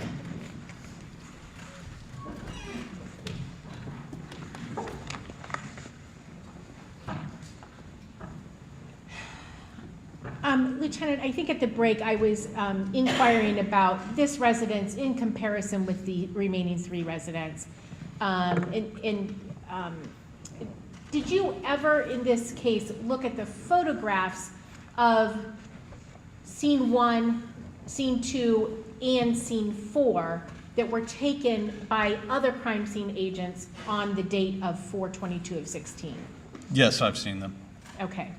And based on that, do you have an opinion as to 3122 Union Hill Road, the scene that you processed, in comparison to those others, again, just based on cleanliness or clutter, et cetera? Objection.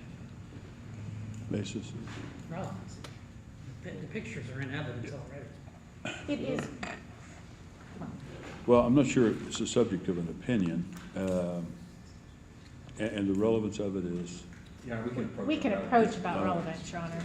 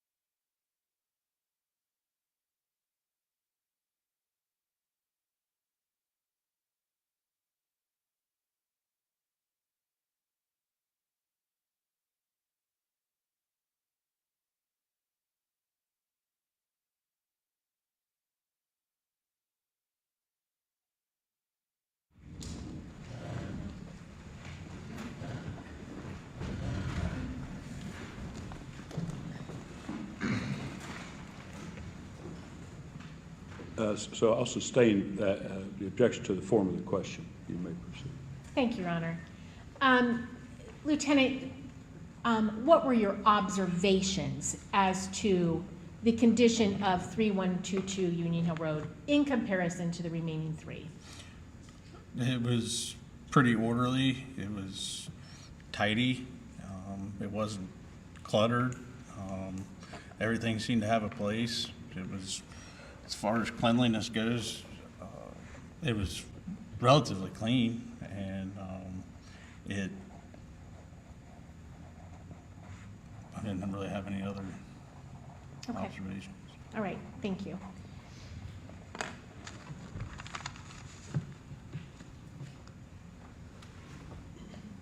And Lieutenant, you indicated that you had done a blind swab of the window, kind of the, will you tell us, what part of the window did you do the blind swab on at the residence that Frankie Rhoden?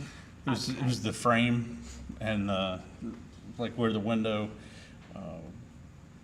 frame, and then where the window would come into the frame. Okay. And do you remember when you did that? I believe it was during a search of the trailer. I believe it was in December. Okay.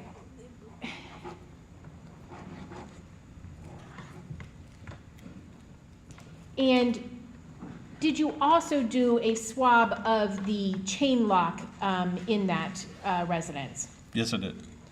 And did you also do a swab of the interior and exterior door handle on that back door along with that locking mechanism? Yes, I did. Okay. And did you submit those to the laboratory for DNA testing? Yes, I did. Okay.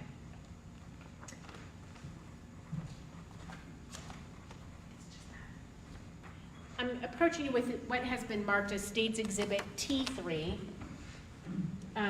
If you could look at that and just tell us, does that represent the three items that you would have, those three blind swabs that you would have submitted to the laboratory for DNA testing? Yes. Correct? Okay. And, Your Honor, I believe we have a stipulation in regards to that. All right, please state the stipulation. Well, I guess I should ask one more question before I do that. Can you tell us the swab from the door handle and the locking mechanism, what BCI item number was that? That would be item number 20 and 21. I'm sorry, that's the lab item? Lab item number, yeah. Okay, what would the BCI item be there? Number 37 and number 38. And then the swab for the window is number 39. Okay, so the door handle and locking mechanism of the back door was 37, correct? Correct. And the chain lock was number 38, Correct. and the swab of the window frame in the bottom of the window was 39. Yes. And does it indicate the date that you submitted that? December 15th, 2016. Okay, and was that in fact the same date that you had actually swabbed them? Yes. Okay. Your Honor, I do believe that we have a stipulation in regards to these items. All right, if you'll put that stipulation before the jury. Your Honor, yes, specifically the blind swabs that Special Agent at the time, Brian White, took of the interior back door handle and locking mechanism contained in BCI item number 37, along with the blind swab of the chain lock on the front door, which was BCI item number 38, and the blind swab from the bedroom window frame and bottom of window contained in BCI item number 39, was submitted to the lab for DNA testing, and data was not sufficient for comparison on all three of those items. Mr. Parker? That's correct. All right. With respect to the stipulation concerning those 3 items, the jury is instructed to accept the stipulation to be established as fact as fully as if it had been established through evidence in the courtroom. Okay. And Lieutenant, was each of those samples also consumed during analysis? Yes. Okay. And can you just tell us what that means? That's when the laboratory, when they run their test, they consume or use the entire sample and not just part of that sample. Okay.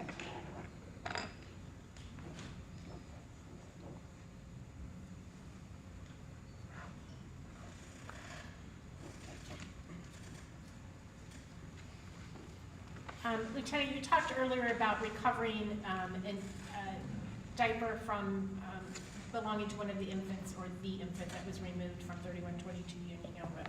Yes. I'm going to approach you with what has been marked as State's Exhibit C 437. If you could look at that and tell us if you recognize that. Yes, this is a brown paper bag. It's got an evidence label on the front that says item number 30, evidence number 30. It's a diaper removed from child at hospital from scene number 3, which was 3122 Union Hill Road. It's got my name on it and that I received it from Major Evans. Major Evans at the time. I guess it's Sheriff Evans now, but. Yes, thank you.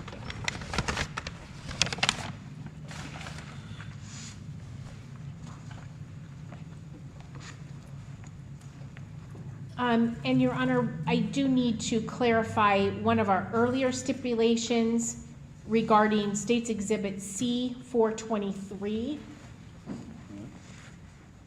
This is specifically regarding the swab that he did of Area A, which was in Christopher Roden Jr.'s bedroom.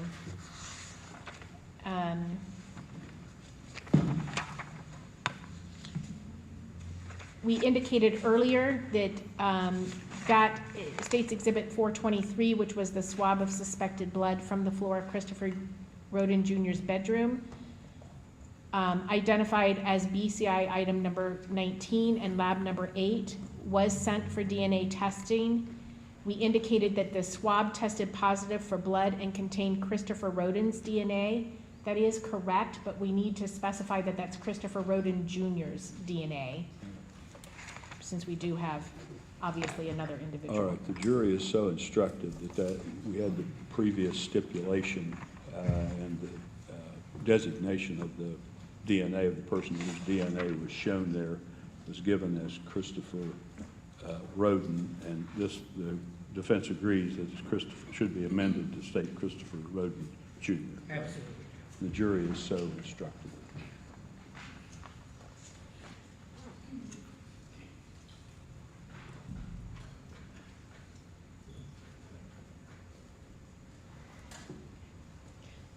I have no further questions for this witness, Your Honor.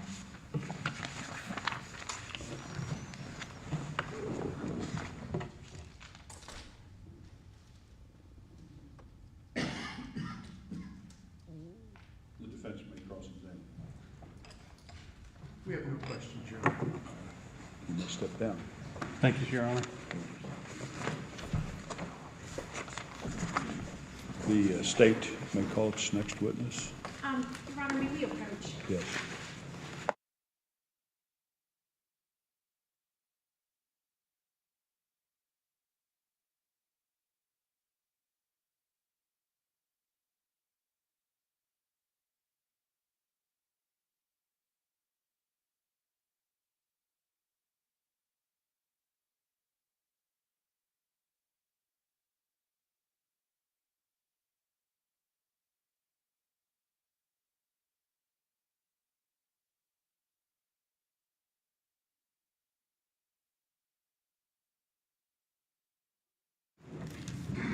Ladies and gentlemen, we are going to take our noon recess now. We will be in recess until 1 o'clock. At 1 o'clock, you're to assemble at the jury room to be brought up by court personnel. You are to leave your notepads on your seats there, of course, wear your badges. While you are on lunch recess, you're not to discuss this case among yourselves or with anyone else. You're not to permit this case to be discussed with you or in your presence. You're not to form or express an opinion concerning this case until it's finally submitted to you for deliberation and verdict. You're to do no research concerning either the facts or the law of this case from any source whatsoever. You are not to read, listen to, or view any reports or accounts of this case from any source whatsoever, including internet sources such as Facebook, other social media, and the like, or concerning newspapers, radio, or television. And you are to have no contact with the participants in the trial. That would include at least the party's counsel or witnesses. Now, does counsel for either party wish to put anything on the record before we take our noon recess? No, thank you. No, thank you, Your Honor. All right, we are in recess until 1 o'clock p.m.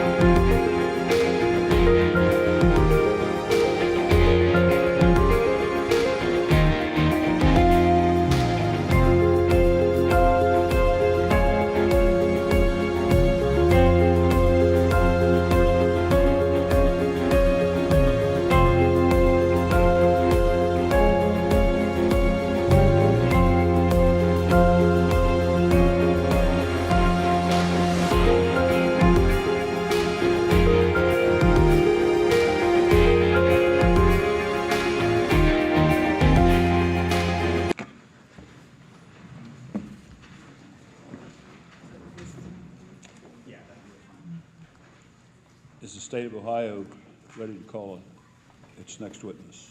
Yes, Your Honor. Is the defense ready? Yes, thank you. All right, let's bring the jury up then. Yes.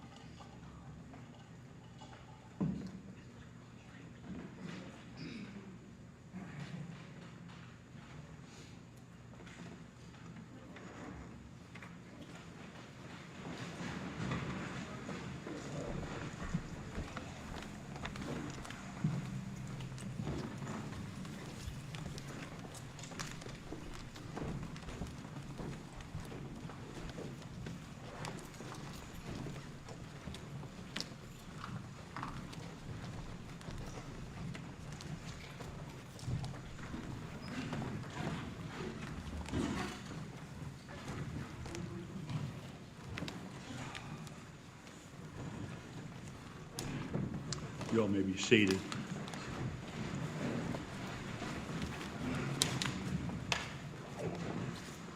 All right. The state's ready to call its next witness, is that correct? Yes, Your Honor. And the defense is ready? Yes, thank All you. right. State may call its next witness. Thank you, Your Honor. The state would recall Dr. Lohman to the stand.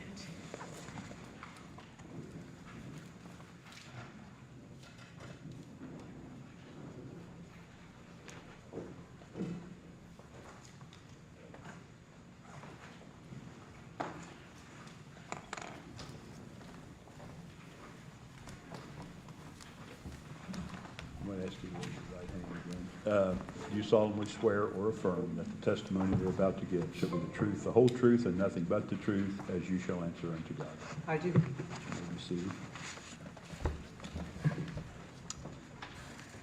And the state may examine. Sorry.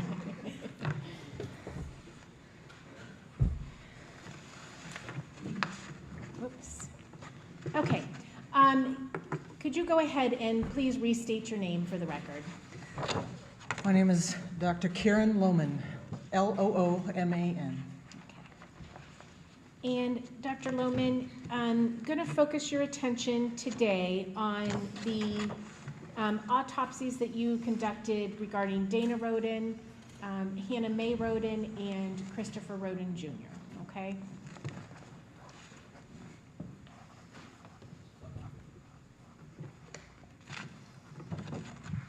And once again, doctor, you were the doctor who performed the autopsies on those 3 individuals, is Yes. that correct? Yes. Okay. And I believe you already testified that you did the females actually on the same date that they arrived, which was April 23rd of 2016, Yes. correct? Okay.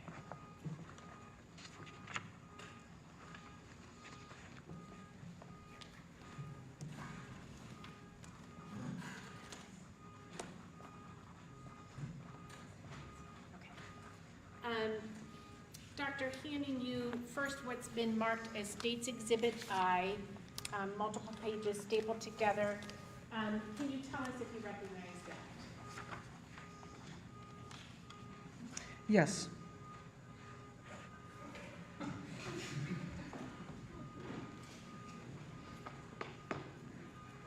I'm not sure, that must be a horn in the parking lot, is that what it is? Let's just wait a moment or two. Sounds like several horns.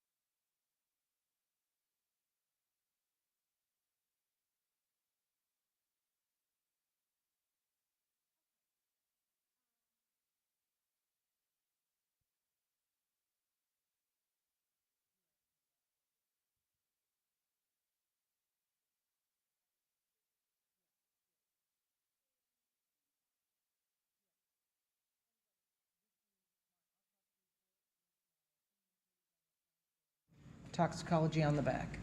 Okay. And is that the report that you prepared in this case? Yes, Okay.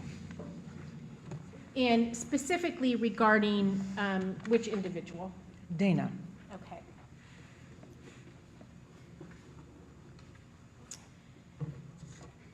And then, I'm sorry. This is all. Did I hand you other pieces of paper? Probably some done up here, sorry. Okay. Handing you what's been marked as State's Exhibit I-129, 4 pages stapled together. And if you could look at those and tell us what those are, please. Yes, these are the diagrams I created when I performed the autopsy. And again, similar to how you've testified before, those are diagrams that you write on as you are actually conducting the autopsy. Yes, Okay. And those contain your handwriting. yes. State Exhibit I-140, if you could tell us what that is. Yes, this is the chain of custody for the receipt of the body of Dana, which is at 6:23 a.m. on the 23rd. Okay. And that's the time, 6:23 a.m. would have been the time that that individual was scanned and then placed into the cooler at your Yes. facility. Okay. Yes.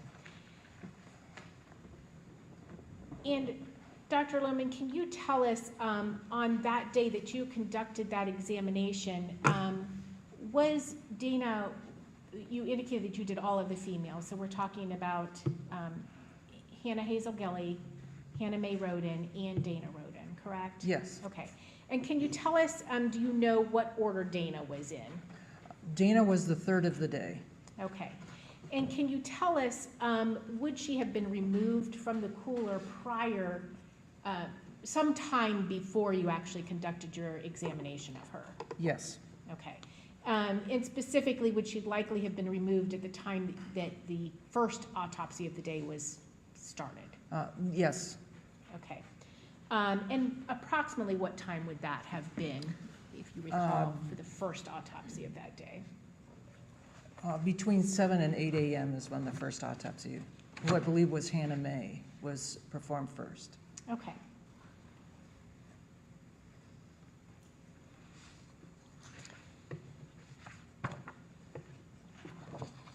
And none of these photos should be taken.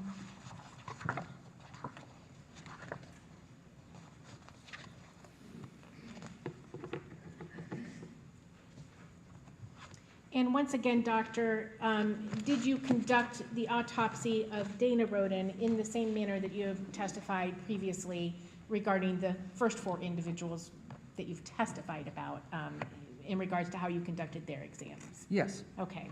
So specifically, first they are taken, photos are taken while they're still in the bag that they arrived in, with the bag unzipped and the body exposed, correct? yes, Okay. And then x-rays are taken as well to help you determine both injuries and any bullet fragments or projectiles that might remain in the yeah, body. that's correct. Okay. And then progressing from there, ultimately clothing removed and cleaned and then further examined by Yes. yourself. Okay. Yes,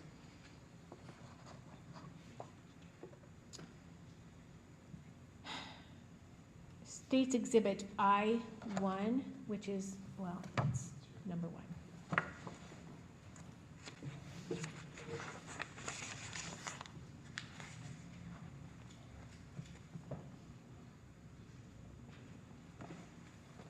Okay, and can you please tell us what we are looking at there? this is a photograph of Dana. We've just opened the body bag, and this is how she appears, how she was placed in the body bag. Okay. And again, we see the brown paper bags on her hands. And again, is that something that would have already been placed on her body prior to arriving to you? Yes, Okay. You can do this.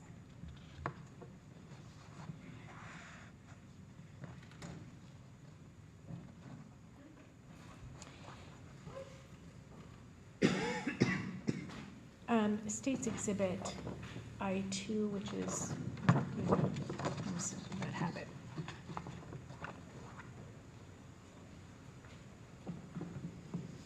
Objection to this photograph, Judge. And again, Your Honor, Dr. Lohman is, I'm sorry. I Oh, didn't, I'm going to overrule it. okay. Is this how she arrived to you? Yes, Okay, and she is still in the bag in that? yes, photograph, and she's correct? uncleaned. Okay. I-5 with,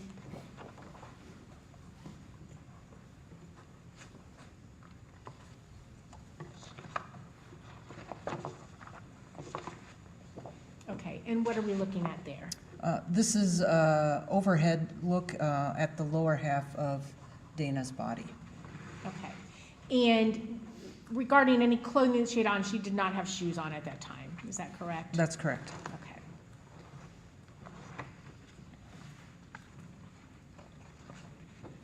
Okay.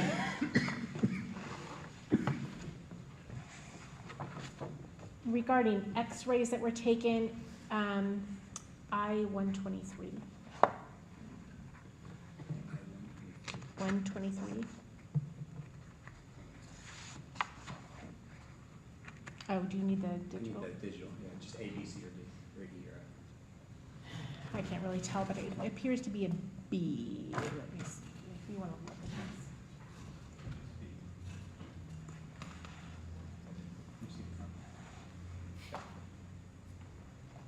this. Okay. And Dr. Lohman, can you tell us what we are looking at there? So this is a side x-ray of Dana's head. You can see she has some fillings in her teeth, and she has 1, 2, 3, 4, about 6 large pieces of bullet and bullet fragments in her head. Okay.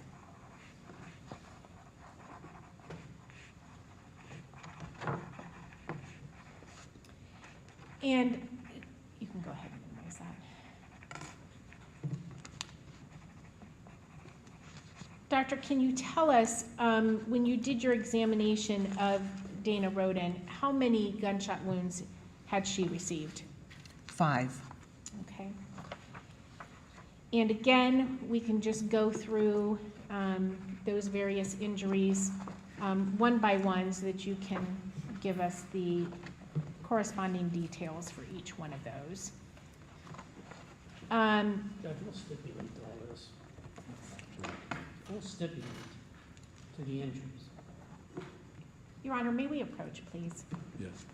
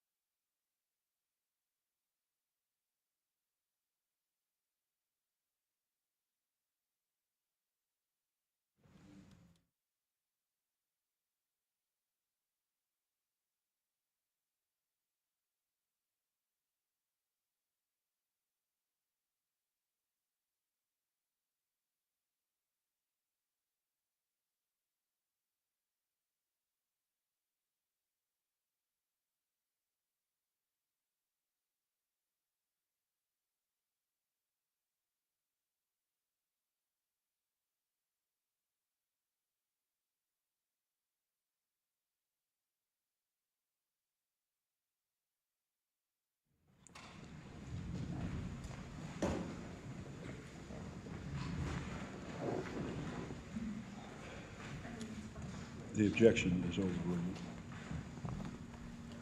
Thank you, Your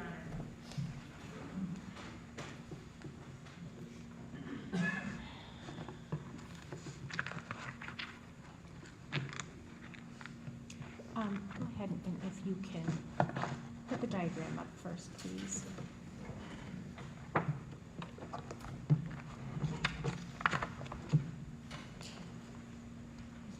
Which is State's Exhibit I-129.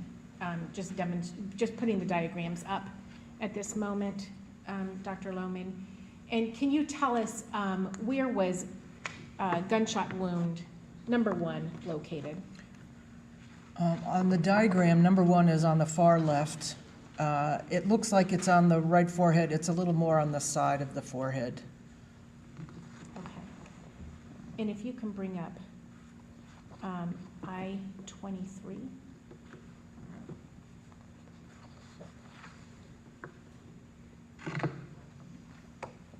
And is that, what is pictured there kind of above her eyebrow there on the side? That is gunshot wound number 1. Okay. I-83.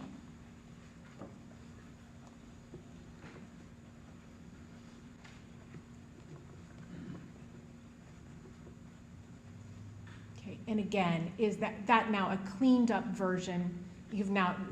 Dana has now been cleaned, and that is the same gunshot wound number 1 there where the label is, correct? Yes. Okay. Above the This is label. repetitious. Overruled. Go ahead. Yeah, yes, it's above the label. Okay. And doctor, can you tell us, what did you determine the distance to be of that gunshot wound? That is intermediate. Okay. And why did you make that determination?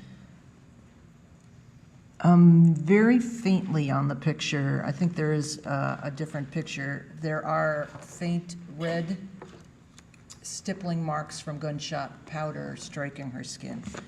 It's Okay. more on the right side of the wound. And I can bring up I-80. Okay, yep. Right there is some red. Okay. And again, that intermediate is somewhere, not contact or loose contact, but somewhere less than 3 feet, correct? Yes. Okay. You can minimize that. And were you able to determine the path that gunshot wound took? Yes. And what was that? It traveled across, following a relatively straight path to the left side of her head, struck the bone on the left side of her head, but did not exit, and then fell inside her skull to underneath her brain. And was that, was there any other directionality of that as far as upward or downward that you determined? I called it front to back and, a little bit front to back and downward. Okay.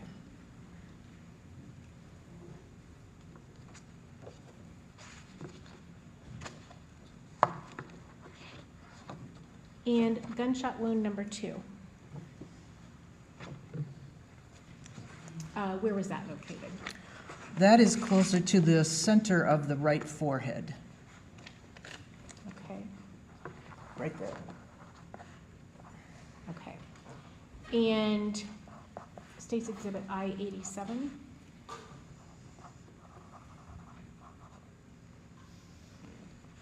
Tell us what we're looking at there. So this is a picture of both number 2 and number 3. We haven't discussed number 3 yet, but number 2 is the round hole on the right side of her forehead. Okay. And I-90.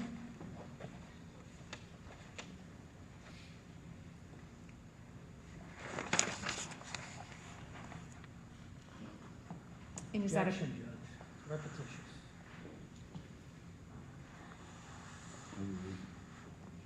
is that a closer up view of, again, both 2 and 3, but focusing for now on 2, That's the circular hole there, Yes. correct? Okay. Yes, And what you're calling gunshot wound number 3 has nothing to do with gunshot wound number 2, is that correct? that's correct. They're Okay. two separate.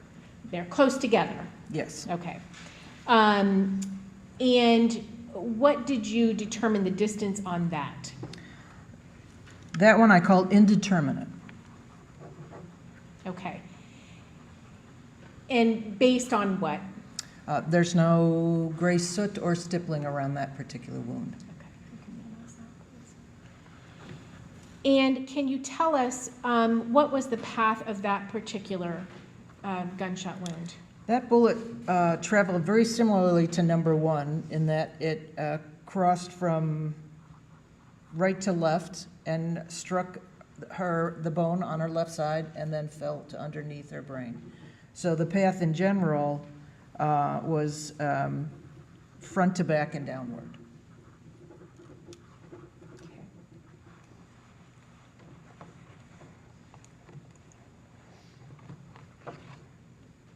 And if you want to go ahead and pull the diagram back up, but I believe you just testified then that gunshot wound number 3 is that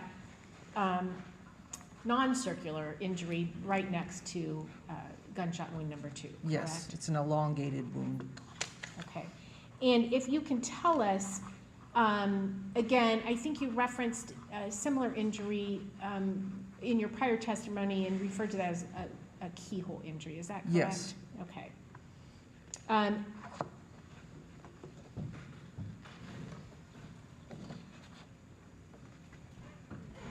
Showing you what's been marked as I3.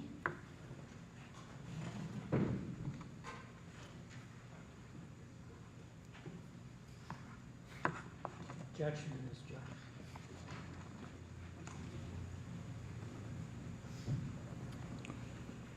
Overruled. Okay. And there, again, this is before Dana has been cleaned up, Yes. correct? Yes. And focusing your attention again on that particular, the gunshot wound number 3, can you tell us where the entry would have been and where the exit would have been? Yes. Should I use the pointer? Yes, please. The entry would be right here, and then a portion of the bullet exited in this direction. Okay. So basically exited at the top Yes. of the injury. Okay. Go ahead and minimize that, please. And you said that a portion of it exited.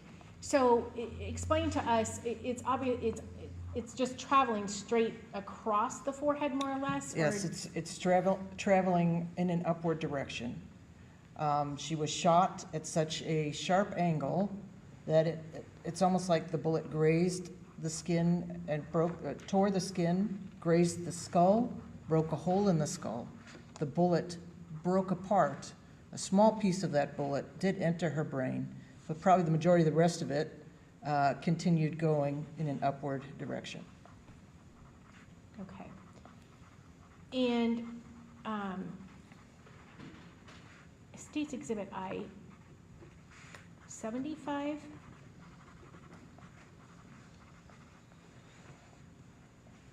And again, you can see the keyhole injury, which is fairly obvious there. There are, Objection to this, Judge. It's repetitious. I'm sorry. It's repetitious. No, overruled. this is a cleaned up version, correct? After Dana's body has been washed, correct? Yes, And yes. you're able to visualize the injuries with more detail. Yes. Immediately above that keyhole injury, it appears there to be an abrasion, right? You can probably point to it. Right here? Yes. Can you explain to us what that? That's a very superficial abrasion. It may be part of the bullet just touching the skin right there as it You can continued minimize that. going upward. Okay.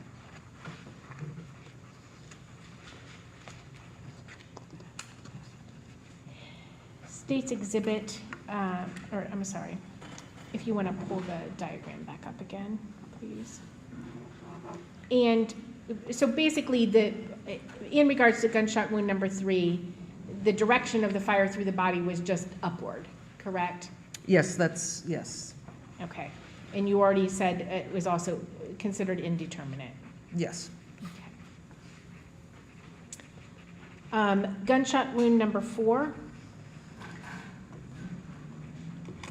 Where was that located? Number 4 was above her right ear. Okay. And kind of along the hairline, is that correct? Yeah, it would be within the hairline, just Okay. barely within the hairline. Okay. State's Exhibit I-74.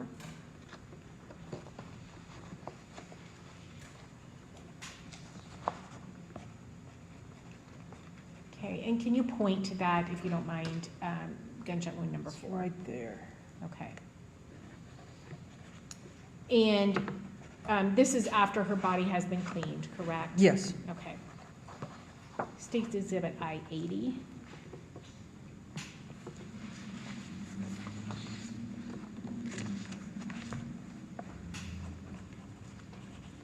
And now you have shaved that part of the hair away so you can get a better picture? yes, Okay, or a better view, I should say. yes. And so, did you make a determination regarding the distance of this, Yes, and what was that? indeterminate. Okay, so indeterminate means more than 3 feet Yes. away? Okay, could be 5, could be 3.5, could be 10, Yes, okay.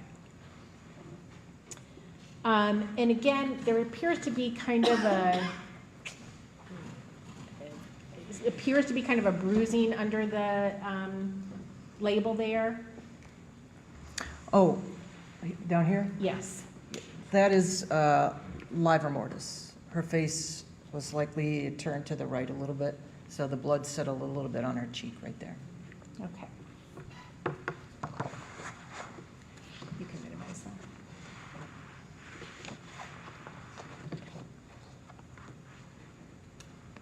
And did you make a determination regarding the path of that Yes, particular injury? yes. And what was that? So the bullet essentially went across her head to the other side and was found on the left side, still within her brain. Okay, so just right to left, correct? Yes, Okay. And then finally, gunshot wound number 5, where was that located on her body? And we'll pull up the diagram for you.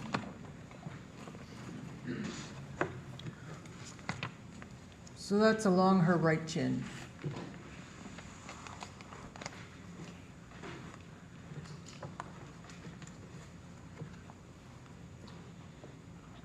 I-22.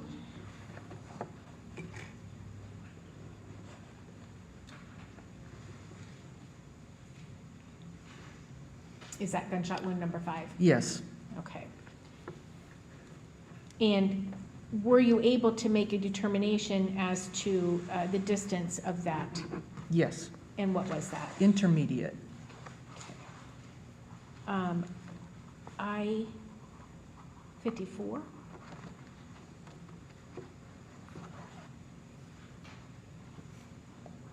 Objection, Judge, it's repetition.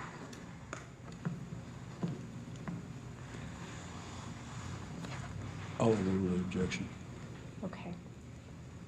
This is now after the body has been washed, correct? Yes, And are you able to visualize that injury more clearly? yes. And can you tell us, when you said it was intermediate distance, can you tell us what you base that on? You can, yes, you can at least see 2 spots on here that are unburned gunpowder that struck her face, which tells you that it was between 3 inches and approximately 3 feet. Okay.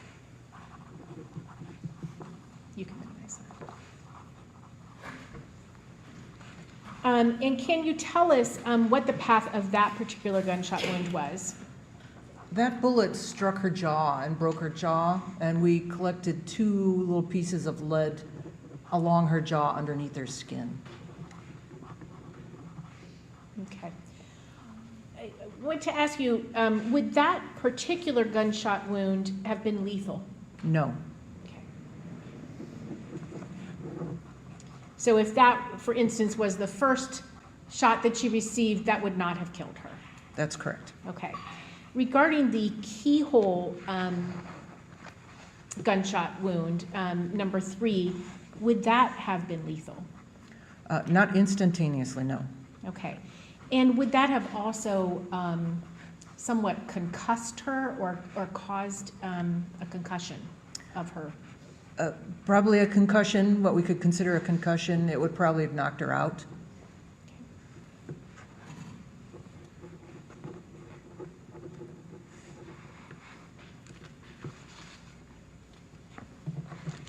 Did you, were there any other gunshot wounds to Dana Roden other than those 5 gunshot wounds that you have now testified to? No, And I assume you did also do a thorough examination of the external portions of her body and then also did an internal examination? Yes. Correct? Okay. And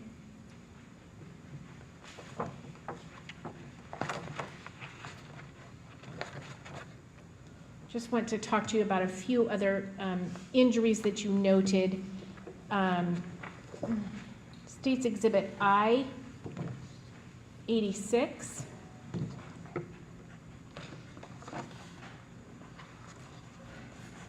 And what are we looking at there? so we're looking at Dana's right eye. You can see her upper eyelid is purple with a bruise. When the orbital plates behind her eyes break, the blood seeps forward and it looks like her eyes are bruised. But some of that blood also seeped in to the white of her eye on the lateral or outside of her eye. So you can see some hemorrhage there. Okay. So again, not a gunshot wound to her eye, just a result of the other gunshot wounds that she received? Yes. Okay. And then I-85? And can you tell us what we're looking at there? So that's also a right eye, showing again the bruising of her upper and lower eyelid because of the trauma that was behind it. Okay. And then I-92?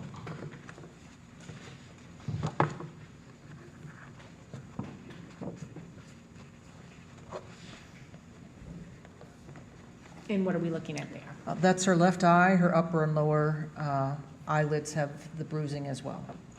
Okay. Go ahead and minimize that. And again, that is not any other injury that caused that other than the gunshot wounds, correct? That's correct. Or the gunshots. Did you collect Dana's clothing that day after you had removed her from the bag that she arrived in? Yes.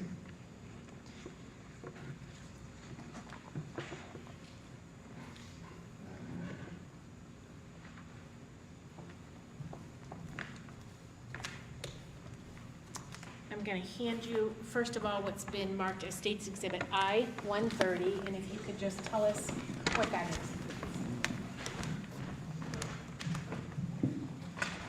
This is the nightgown that she was wearing. Okay, and if you could put I-71, 7-1. 71.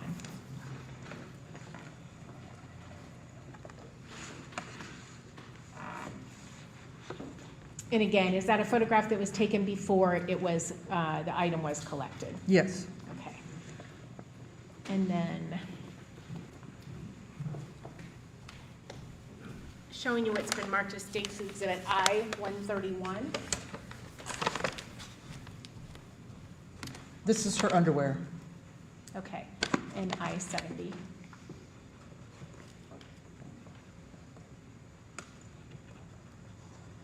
And can you tell us what that is? That's the underwear before we packaged it. Okay, and obviously blood also on that? Yes. As well, okay. Did you also collect hair standards and other items from the body of Dana Roden? Yes. Handing you, first of all, what's been marked as State's Exhibit I-132, if you could tell us what that is. These are the fingernails of her left hand. And then I-133. The fingernails of her right hand. I-134. These are her fingerprints of all of her fingers. I-135. This is the blood spot card or the DNA card that we took from her blood. And I-136. This is a sample of her head hair. And I-137. So these are the nail clippers that we used to take her nails.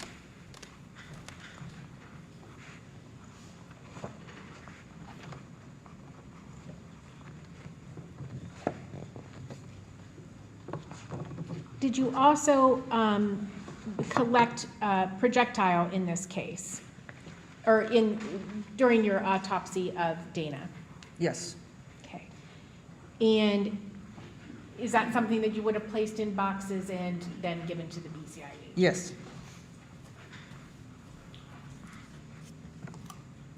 Handing you first what's been marked as I-138.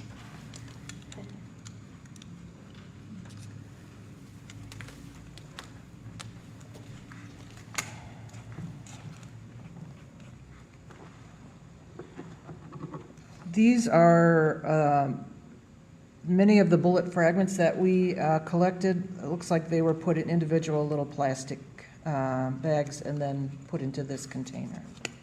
Okay. I-93.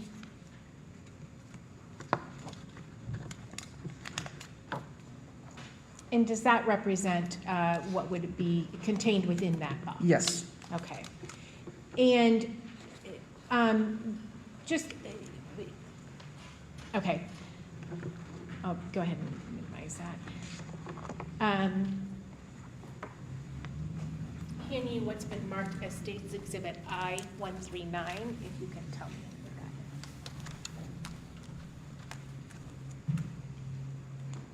that is. These are the pieces of lead that we collected from her gunshot wound number 5, where there were 2 pieces off to the side under her skin. Okay. And I-119.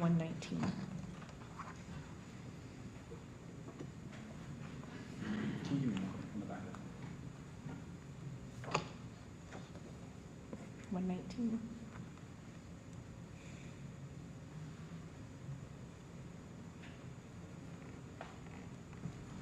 Right.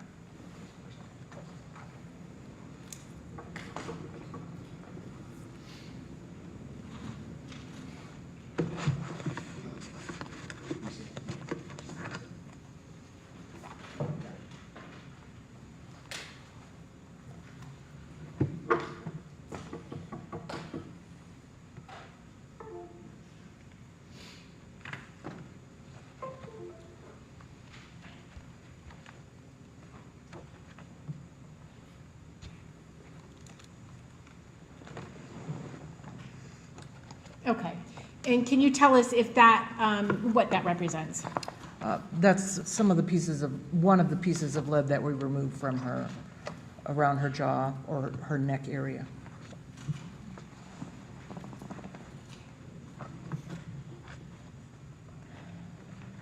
You can minimize that.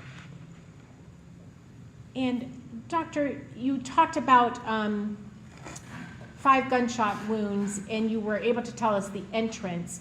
And I believe you also gave us testimony about where some of the bullets and projectiles ended up within the skull of Dana, correct? Yes. Did you notice any exit wounds? Other than number 3, which is a keyhole wound, which partially exits and enters and exits at the same time, there were no other exit wounds. Okay. And can you tell us, do you have an opinion, or did you, observations were the bullets and projectile that you recovered from Dana Roden, was that consistent with the bullets and projectiles that you removed from Frankie Rhoden and Hannah Hazel Gelly. Yes, Okay. And inconsistent with the bullets and projectiles that you recovered from Chris Sr. and Gary Roden. yes, that's correct. So you did not notice any of the Hornady rounds or that red plastic kind of signature No, characteristic? nope. Okay. And were the injuries that you saw here in Dana also consistent with that smaller caliber bullet? Yes. Okay.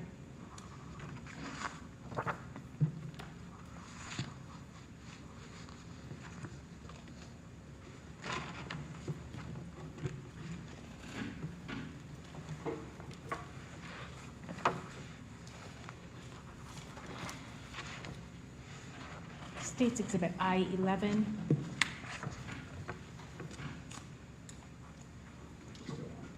Still the same. Still Dana? Okay, and again, you photograph the hands in each autopsy that you do, correct? Yes. And what is the purpose of doing that? One of the things is we're looking for injuries. We're looking to see if the nails are broken or if there's some fresh injuries, scratches on the hand. It also documents whether there's any jewelry on the hand. Okay. I-12. And again, is that the different view of the left hand of Dana? Yeah, yeah, I was thinking that's the left hand, yes, that's the Is palm. Yes, okay. I-19.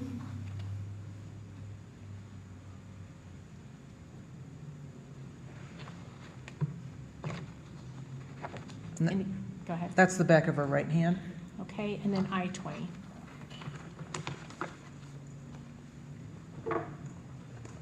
And essentially the palm of her right hand. Okay. And you did not notice any defensive wounds or anything else that would indicate that there was an altercation or encounter? That's correct. Okay.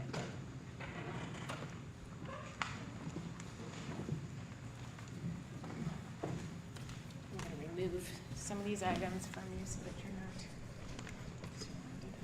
Okay.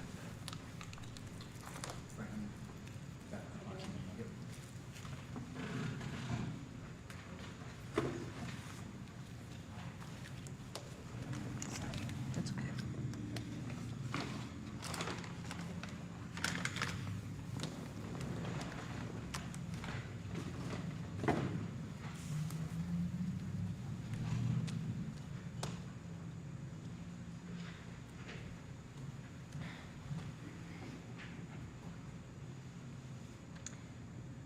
Okay, Doctor, now turning your attention to the autopsy that you, one last question.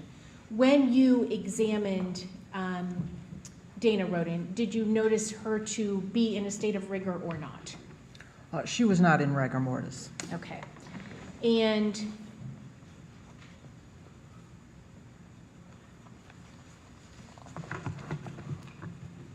if there was testimony that while her body was at the scene, that she was in that state, would you have an opinion as to, again, approximately the time leading up to that she would have been killed? If someone at the scene saw her in rigor, she was within approximately 24 hours after she passed away. When she came to our office, she and I examined her in the afternoon. She didn't have any rigor. That may indicate to me that she wasn't in the cooler that long. I know I read the chain of custody that she was put in at about I don't recall the number, around 6. Let me see.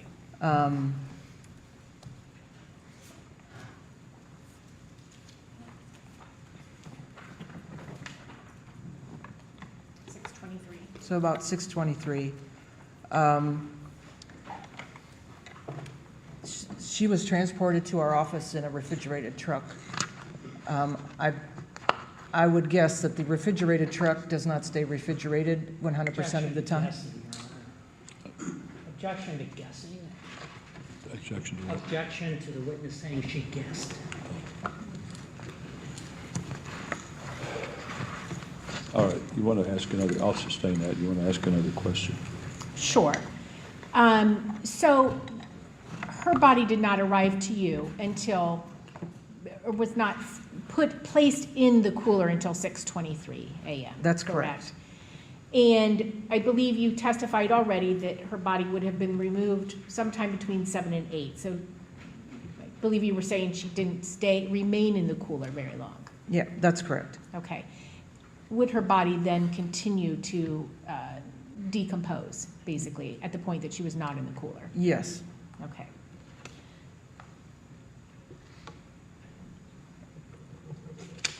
Okay. And can that explain why she then went out of that phase? Yes. When she arrives in our office and we checked her in, we put her in the cooler, but per the protocol at our office, we prepare bodies while we're working on bodies.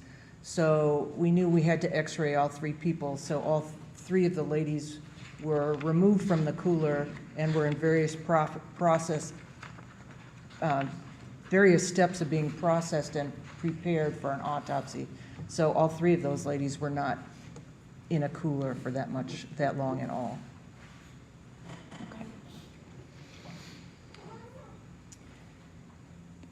Okay. You also conducted the autopsy of Hannah Roden, correct? Yes, Okay.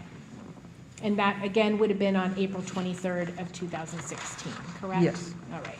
And did you prepare a report regarding your autopsy of Hannah Roden? yes. Okay.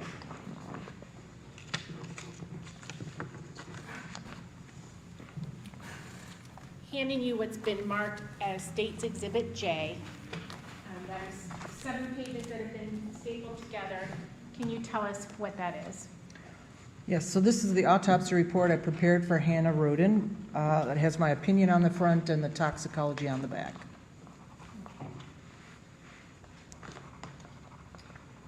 And approaching you with what has been marked as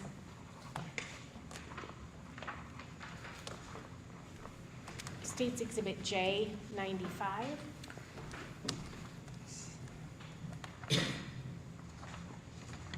If you can tell us what that is. These are the diagrams that I drew when I was performing the autopsy. And how many pages is that? I'm sorry, just for purposes of I believe the it's record. 3. Oh, excuse me, 4. Okay. And does that include a duplicate, or is it actually 4 pages? of 4 diagrams? pages. Okay. And then finally, J 106.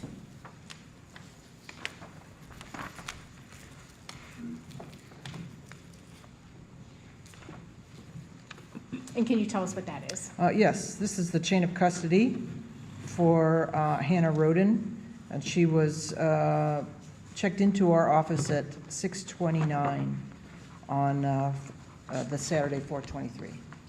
Okay.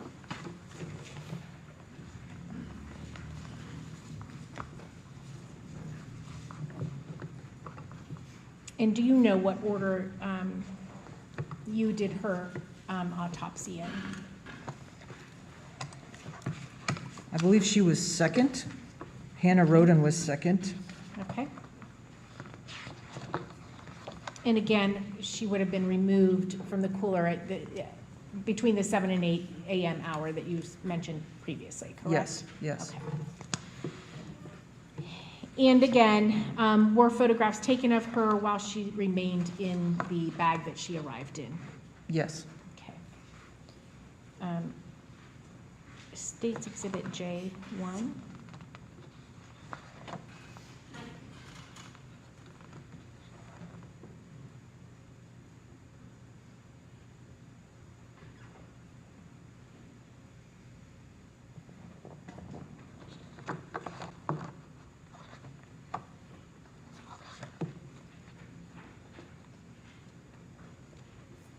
And what are we looking at there?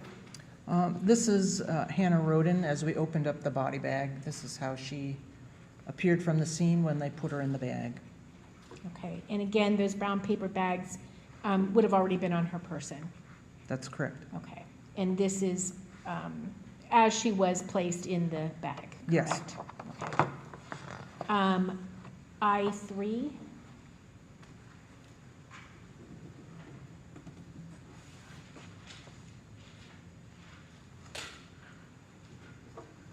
And what are we looking at there? This is a top-down picture while she's still in the body bag, showing her face and her upper chest. Okay, and again, the body position that she's in is what you would have found her to be in, correct? Yes, at the scene, yes. Okay.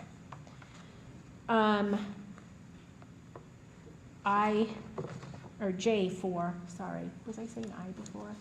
Okay, so for purposes of the record, these are all J exhibits, so if I have said I, it is wrong, it is J. Okay, J4, there is what appears to be a tattoo close to the underwear line or the bikini line, and can you tell us what those initials are? The initials are EJW. And then I5.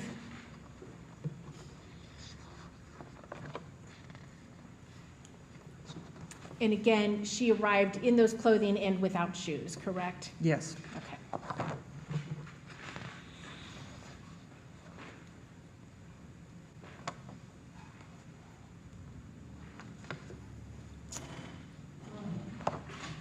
And J24.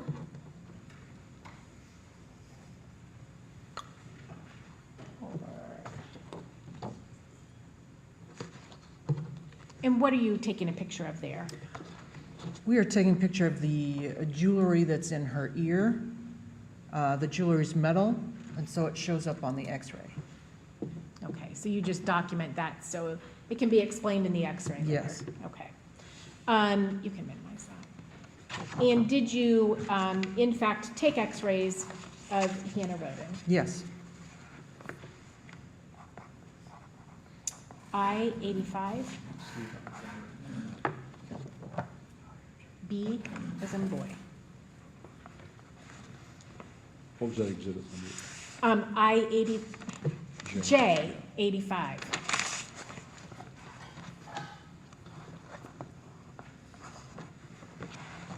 And if you can tell us what we are looking at. This is a side view of Hannah's head. You can see that this elongated piece of metal and a shorter one there, those are the earrings that we saw previously in the previous picture. And then you can see some small radiopaque white pieces of bullet in her head. Okay.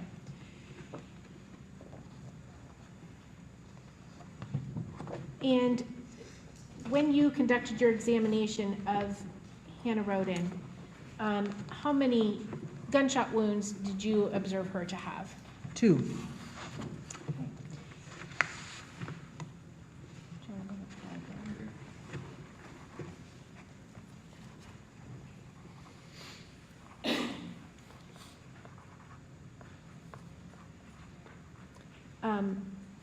Showing you it's been marked as State's Exhibit J, 95, which are part of the diagrams that you completed in this, during this autopsy. Can you indicate to us where gunshot wound number 1 would have been? It's in a lower. There you go. So the diagram on the left, gunshot wound number 1 is in the back of her head, on the left side. Okay, the one that's in the upper. Yeah, the upper one, yes.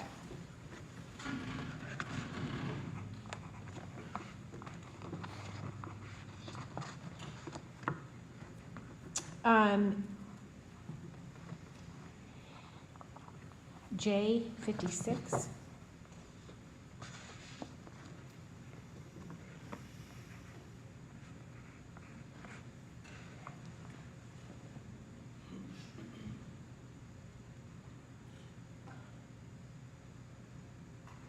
Can you flip that? Flip it. Flip it so it's. Okay. And can you tell us where is the gunshot wound number 1? Gunshot wound number 1 is by that white label, higher up on her head. Okay. And this is after she has been both cleaned and you have shaved a portion of her hair away, Yes, correct? yes. Okay. And I don't believe we have any pictures of it prior to that. Was that hard to see when she still had all of her hair on her head? Yes, it would have been difficult to see through the hair, so. Okay. And then J 57.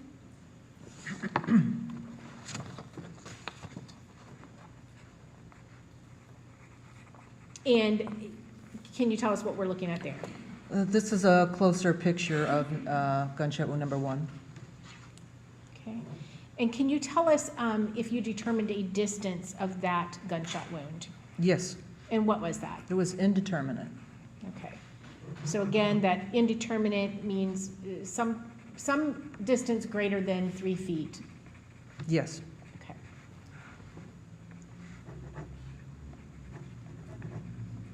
And again, what makes you say that? There was nothing on the skin like gunpowder stippling or the gray powder. That's true.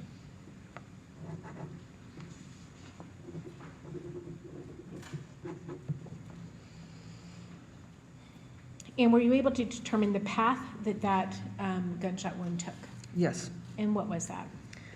It went across her head to the right side of her head and was found on the side of her head in her brain.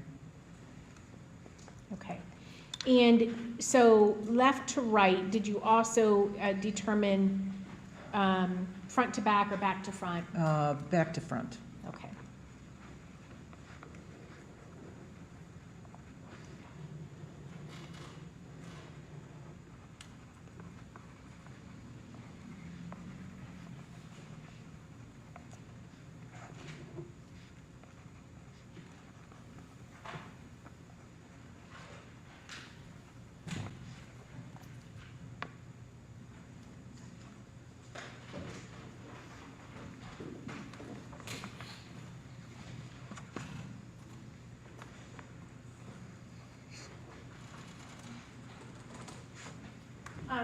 Dr. Lohman, did you observe photographs or diagrams regarding the location where Dana, Hannah Mae, and Christopher Jr. were shot? Yes, I did. Okay. Those were shared with you at the time that you were conducting your examination? Yes, Some of them, yes, correct? yes. I'm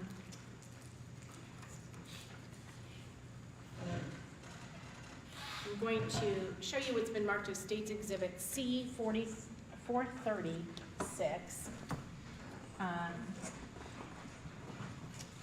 And if you can tell us if this is the position of Hannah's body at the time that she is found in the Yes, bed. She's laying on her right side away from this entrance area here. Is the directionality that you just testified to consistent with the position she's found in the bed of someone being over in this area shooting at her? yes, in this area or even right next to her bed on that side. Okay.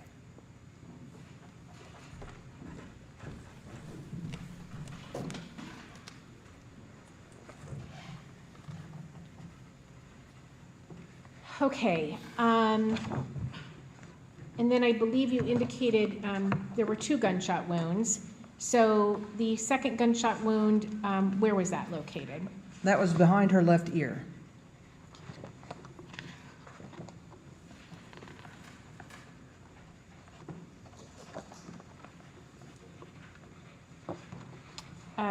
J26.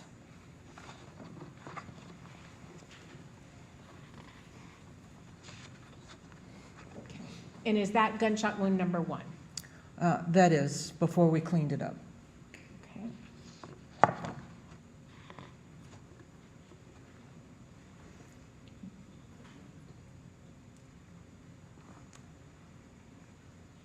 Gunshot number 2. Sorry. I just asked if it was gunshot wound Oh, number 1. It is I went gunshot along wound with number it. 2. Yeah. We both thought we knew what we were talking about. So that is gunshot wound number 2. We've already discussed gunshot number 1, which That's was correct. higher up. That's correct. That's Correct? correct, yeah. Okay.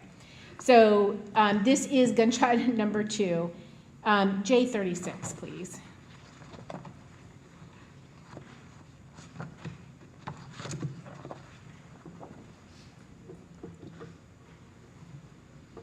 And that's just a closer up version of that gunshot wound number 2. Yes, and Correct. it's been cleaned. Okay. And were you able to determine a distance on that particular gunshot wound? And what was that? Indeterminate. Okay. And once again, that means that greater than 6 feet distance, correct? 3 feet. 3 feet, sorry.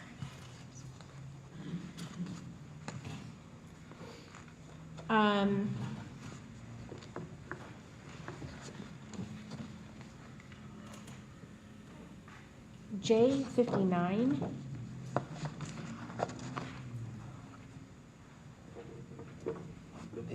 And again, this is gunshot wound number 2, correct? Yes. And you can see kind of above that, and if you can point to it, that would be helpful. Kind of that almost brownish looking, yeah, what is that? So that's indentation.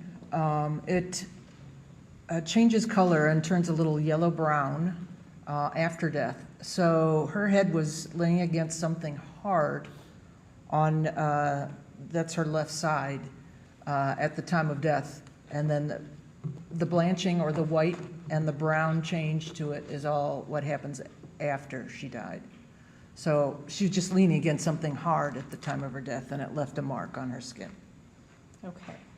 And J56, just for purposes of that orientation of that.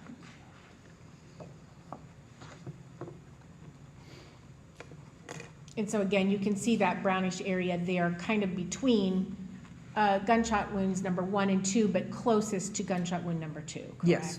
Right there about the ear, okay. Objection to this photo, Judge. Overruled. Can you pull back up the X-ray in J85, please? TD with the left. B, Yes, same B, one. yep. And tell me, first of all, does this help you demonstrate or show the path, or is there another X-ray that would be better for that? Probably the other X-ray where you're looking at the front From of the her front? face. Okay, so that would be A.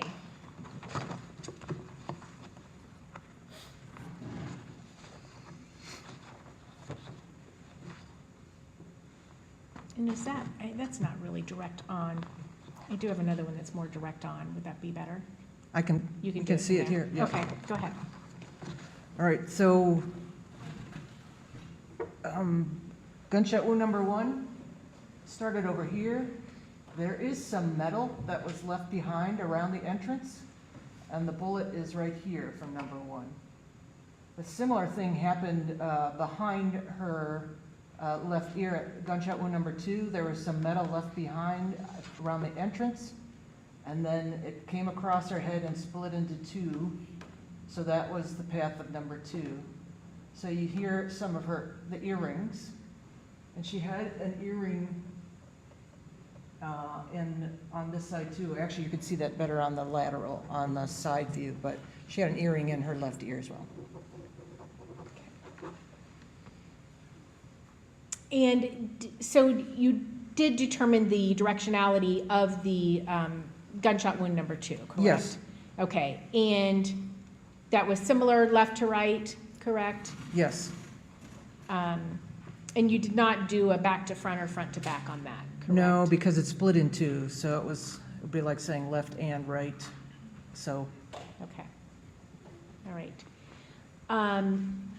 And I should have asked you this as far as Dana goes, and I did not, that you got a toxicology report for that, for Dana, correct? Yes, And what was the result of that? And if you need State's Exhibit I, or if you recall. she has caffeine. Okay. No drugs, No, no alcohol. no. Okay.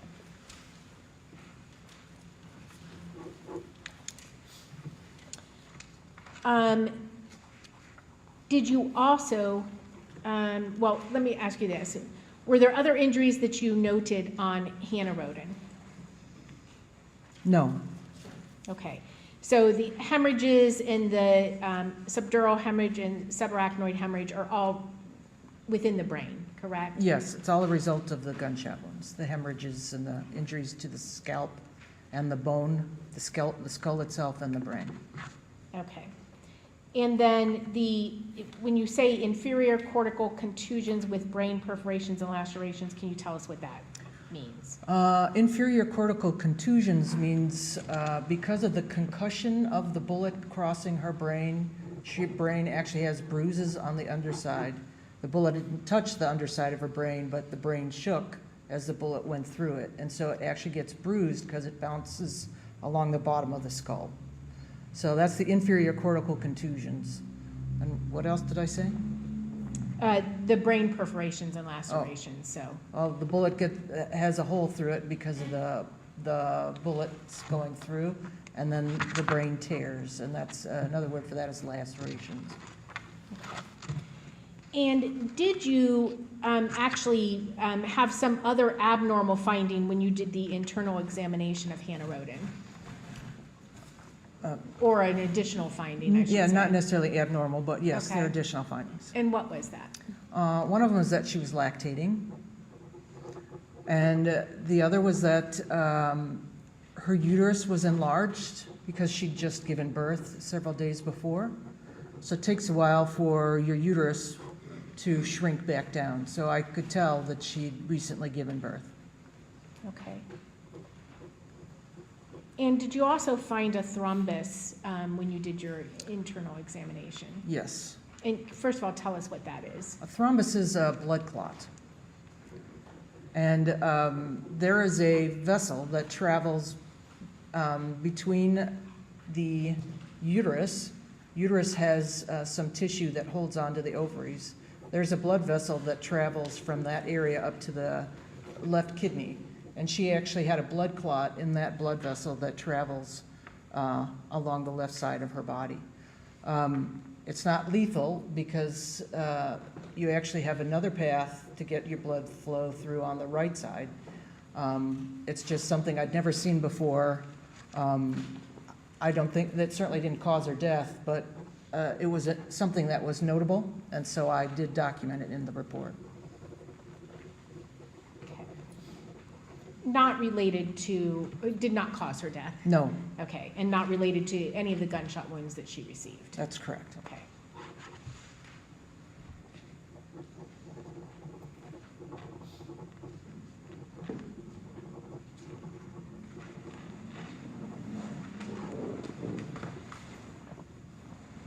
And did you receive a toxicology for Hannah Roden as well? Yes, And can you tell us what the results of that were? caffeine. Okay, so once again, I think everybody so far has had caffeine, Yes, but negative for drugs and negative for alcohol, that's correct. correct?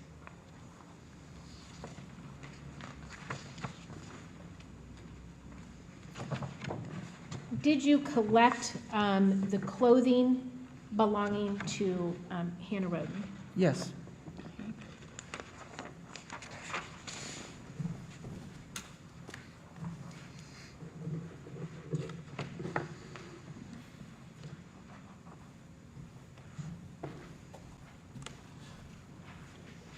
Handing you first what's been marked as States Exhibit J96, if you could tell us what that item is, please.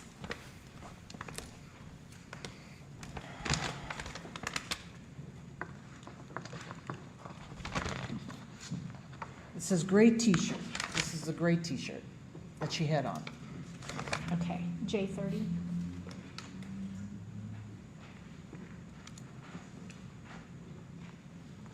And is that the shirt that you collected? Yes, Okay.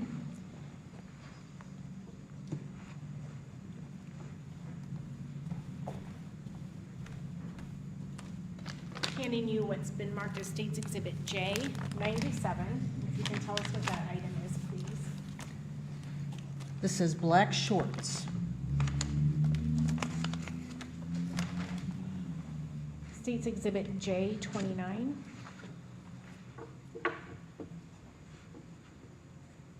And is that a photo of the black shorts that are in that bag? Yeah, that picture looks dark green, but I believe it's black, black pair of shorts. Okay. And J98.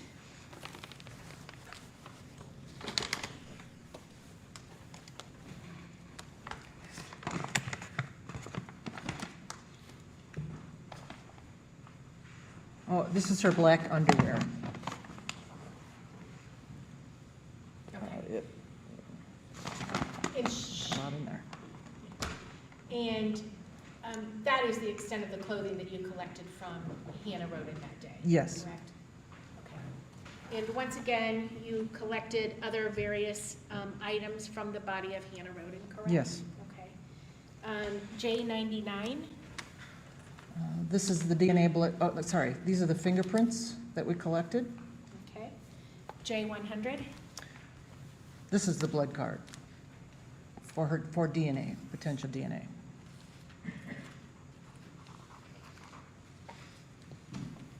J101? This is her left fingernails, J102? her right fingernails. 103?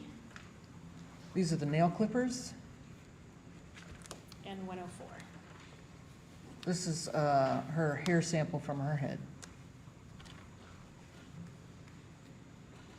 And did you also collect and maintain the bullet fragments that you recovered from the head of Hannah Roden? Yes.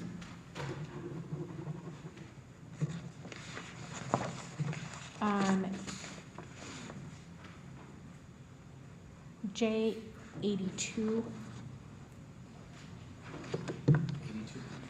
82?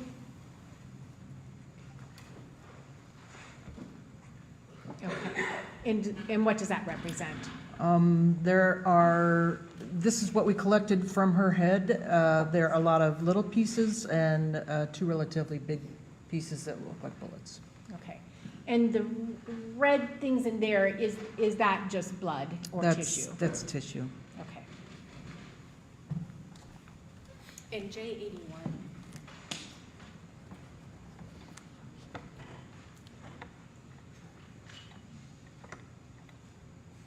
So again, same thing, just with the label there.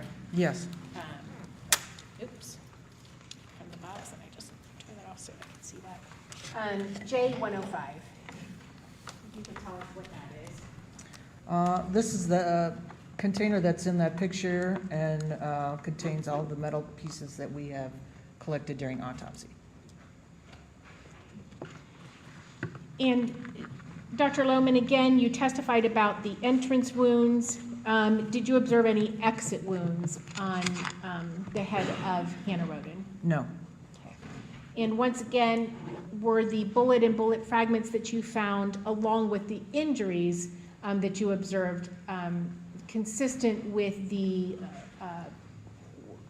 with Dana Roden's autopsy? Yes. Okay.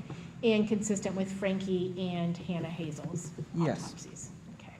And once again, inconsistent with the injuries and bullets and bullet fragments that you pulled out of the bodies of Gary and Christopher Sr.? That's correct.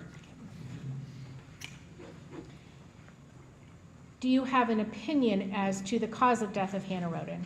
Yes. And what is that opinion? Multiple gunshot wounds to the head. Okay. And I don't think that I asked you that question regarding Dana. So do you have an opinion as to the cause of death of Dana Roden? Yes. And what is that opinion? Multiple gunshot wounds to the head.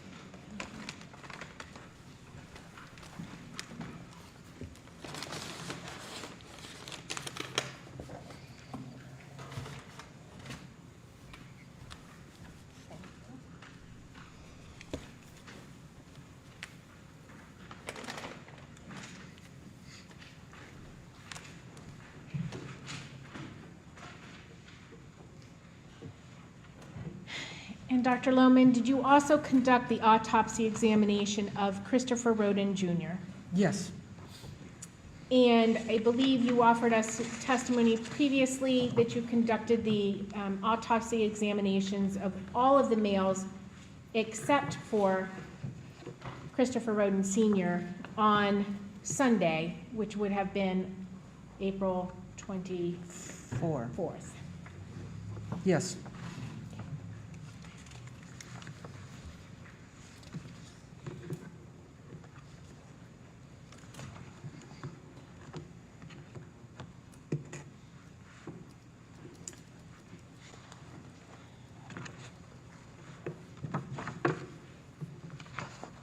And similarly, did you do, obviously prepared a full report after you had conducted your autopsy? Yes, And also made diagrams as we've seen with each of the previous examinations yes, while you're conducting the exam itself? yes.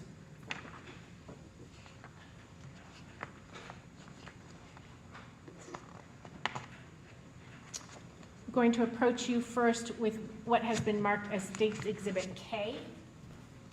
And if you can take a look at that and tell us what that is, please.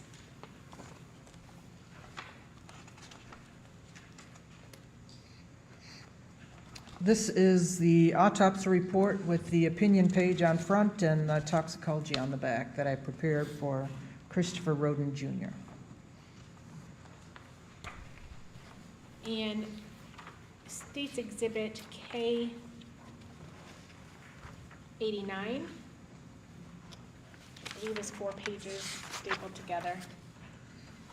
If you could tell us what that is. These are the diagrams I prepared while I was performing the autopsy. Okay, and again, in your handwriting in what you did contemporaneously with the examination. Yes, And K 97, yes, this is the chain of custody for Christopher Roden Jr. His body was put in our storage cooler at 6:17 a.m. on Saturday.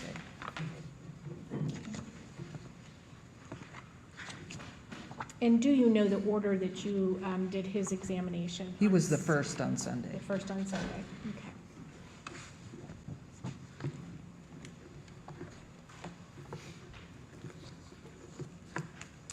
And once again, Doctor, you photograph them as they arrive to you, correct? Yes, Okay. Going to show you State's Exhibit K2.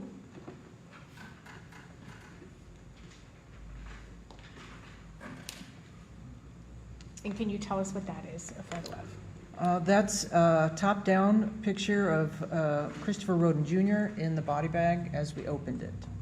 Okay. And again, in the position that you found him to be within that bag? Yes, Okay. And once again, those paper bags that are on his hands were placed prior to arrival at your facility? yes, Okay. And I believe there's actually a tag at the top there that does have his name, correct? it does have his name, yes, that's our tag. Okay. And what clothing did Christopher Roden Jr. have on his body? He did not have any clothes.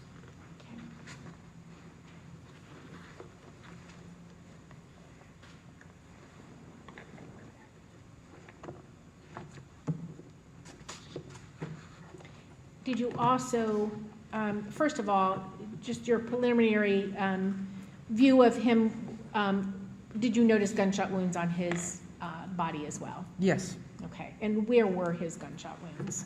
they were all in his head. And was an x-ray taken of his head? Yes,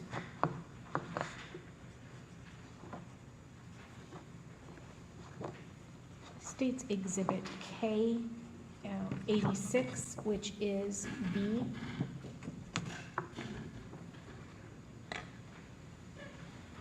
And can you tell us what we are looking at there?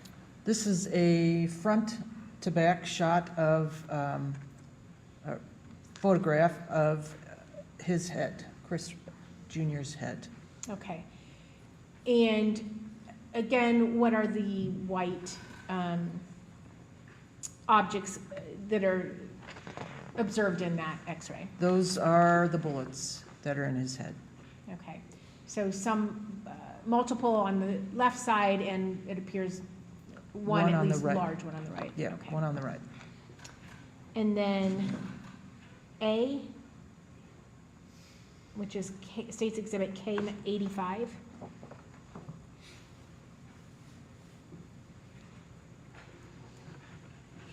And can you tell us what we're looking at there? This is the side view of Chris Jr.'s head, and you can see, in general, the location of the bullets. I think there were two that are overlapping one another a little bit, and that's the one closest to the back of his head.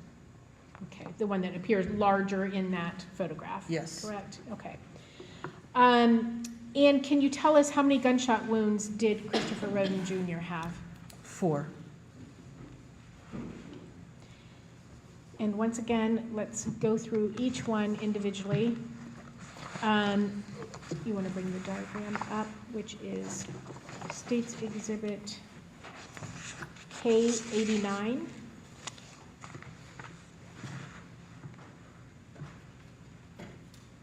And can you tell us where that is located? The side shot showing the right side of the face, which is on the right side of the diagram, shows us all 4 gunshot wounds. Okay, so with gunshot wound number 1 being at the top, and again, you kind of do that top-down Yes, approach, and then the second one being below that, the third being, his temple, closer to the front of his face, and the fourth being, behind his ear. okay. K33.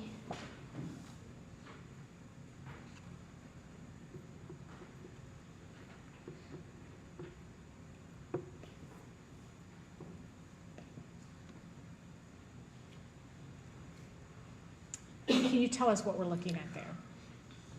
This is a picture of gunshot wound number 1 before we shaved it. There's a red dot right here, and that's the hole. For gunshot 1, and are you able to visualize any of the other gunshot wounds in that photograph? Number 2 is somewhere in here. I thought I saw a little bit of hemorrhage right,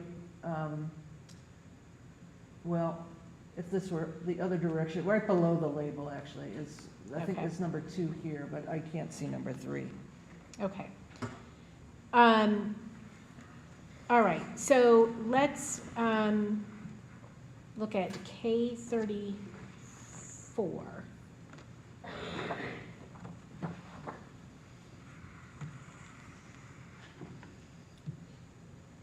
And could you flip that, please?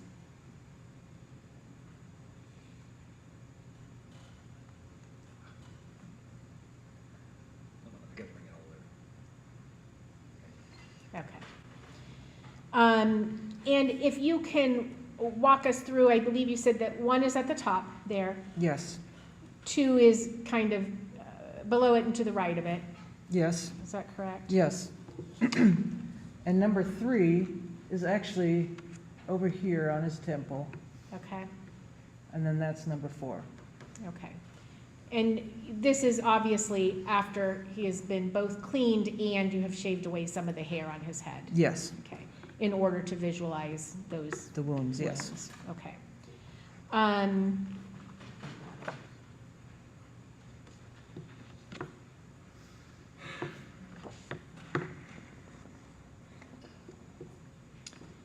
Can I ask you to bring up K40?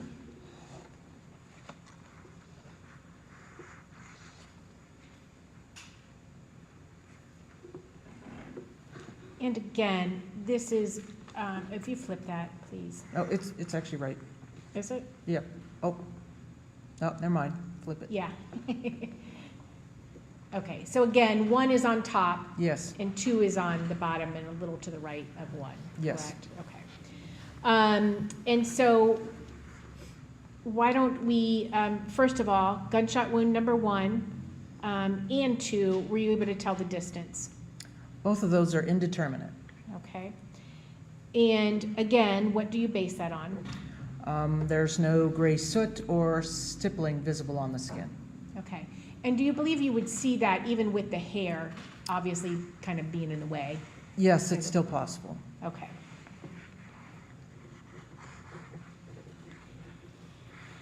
And were you able to determine the path? Yes. And what was that path? Number 1 and 2 went across, he was shot on the right side of his head. They went across and ended up on the left side. Still in his brain, but on the left side. Okay.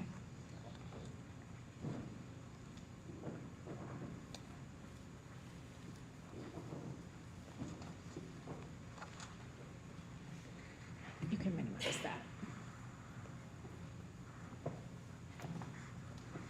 And Dr. Lohman, again, kind of the same question as far as the photographs and diagrams that you've seen of this scene.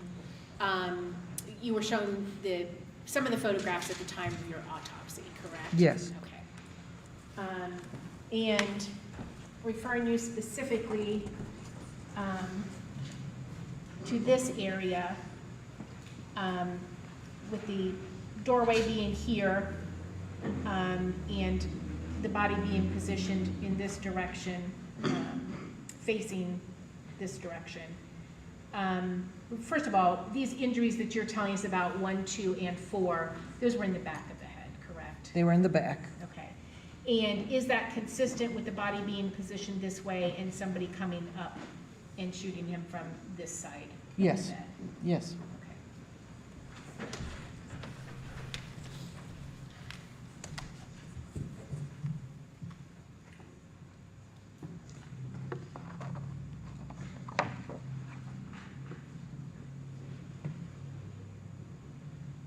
Okay, so we already discussed the distance was the same for those 1 and 2, and the direction was the same. Yes. Okay. So gunshot wound number 3, K30.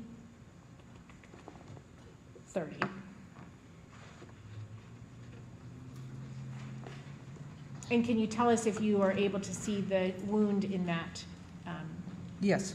picture? Okay, and where is that That- located? That's right below the label. It's a little a little higher than his temple.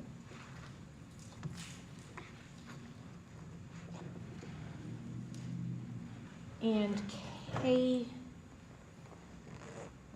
K47?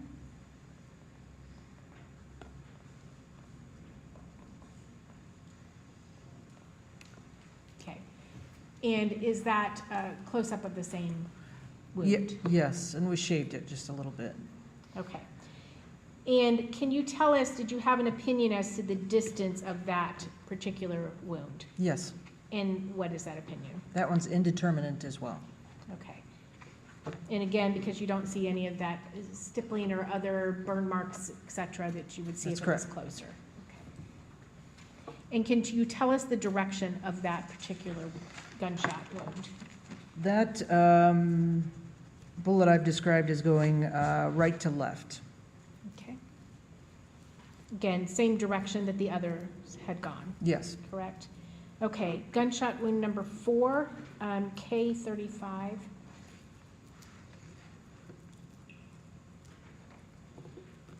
Turn it up the other way, please. Okay. And again, can you tell us where gunshot wound number 4 is? Number 4 is the one that's right above the label. And again, obviously cleaned and shaved as well. Yes. Okay. And K36.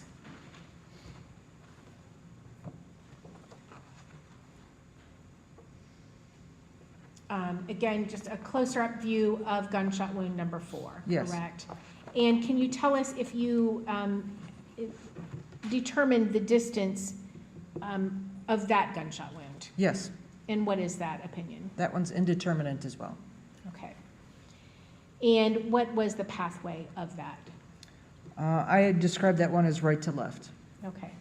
So basically, as far as Christopher Roden Jr. is concerned, all of the gunshot wounds were from an indeterminate distance, correct? That's correct.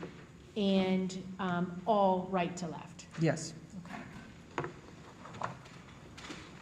And then 3 of the 4, basically in the back part of his head with the number 3 being the temple. Yes, there's one of the gunshot wounds, and I'm not sure which one it is since they're all on the right side, but one went in through the bone and just sat on the right side of the head, did not travel to the other side. Why it did that, I don't know. Maybe, well, I have no idea why it sat there. But so 1 bullet was recovered on the right, 3 on the left.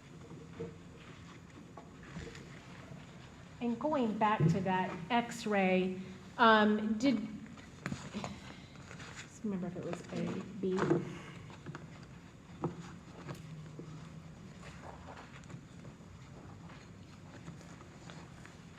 Are you able to see the fracture in that? Yes. Okay, tell us where the fracture is.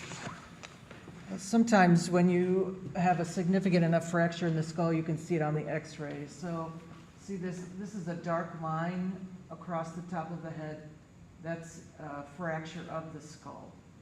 So at least one of the fractures of the skull went all the way across his skull. And here you can see it's a little irregular.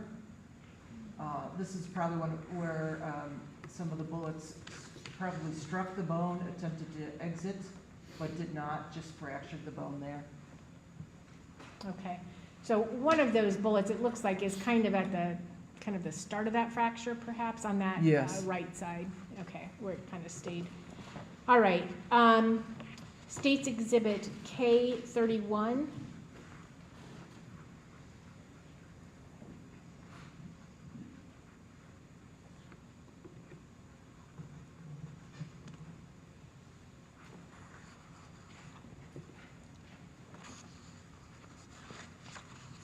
And can you tell us what we're looking at there? So again, the base of his skull was fractured, his orbital plates are broken, and so he's got a bruise of his left upper eyelid because of the trauma behind it. And the inner bone of the ear was broken on the left side, so he's bleeding out of his left ear.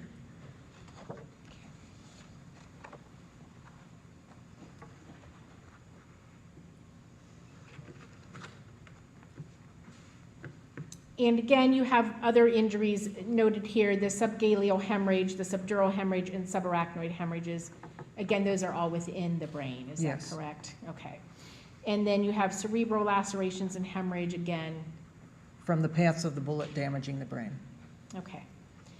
And did you observe any exit wounds to Christopher Jr.? No. Did you collect the projectile that you recovered from within his head? Yes. Okay.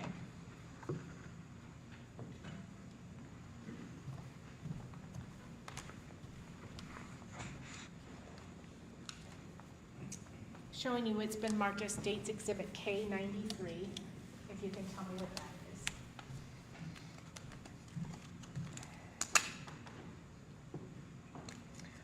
This is a bullet box labeled from the head, and it's holding all of the bullets in one box that we collected at autopsy. Okay. K83.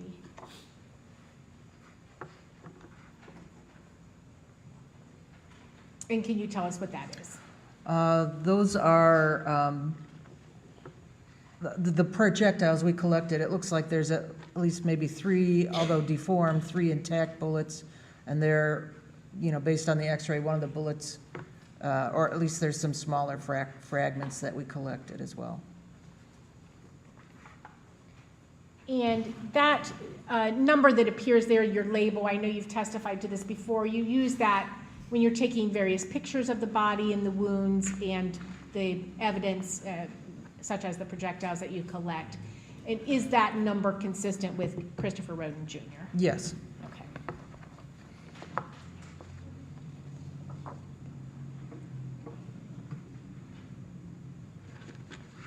Obviously, you did not have clothing to collect from Christopher Jr. but did you collect the other similar items from the body of Chris Jr.? Yes. I'm going to hand you 3 packages marked K90, K91, and K92. If you could just tell me the exhibit number and then what that item contains. K90 contains his head hair, K91 his right fingernails, and K92 are his left fingernails. Okay. And then K96. K96 is the fingernail clippers that we used to cut his nails. Okay. And K94. 94 are his fingerprints. And K95. Is his DNA card.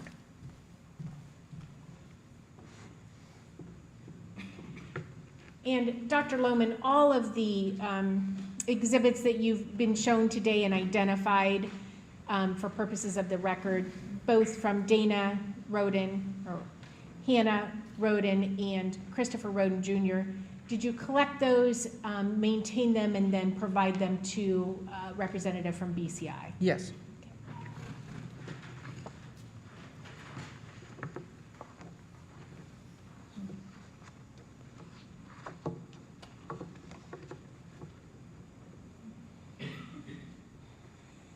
K7, and again, Dr. Lohman, you would have done the same thing you've done with the other individuals as far as taking pictures of their hands, and again, this is standard procedure in any autopsy that Yes. you do, correct? Yes. Okay. And K7 appears to be the back of the left hand, Left hand, correct? yes. Okay. K8, Is the palm of his left hand. okay, and it appears to be, I want to say, wrinkled, I Yes. guess? Can you explain that to us? It's wrinkled from moisture, very similar to you being in the shower too long and your fingers start to wrinkle. His hand was resting in some blood in the body bag, and so it's wrinkled because it got wet. It was sitting in a wet spot. And K9? I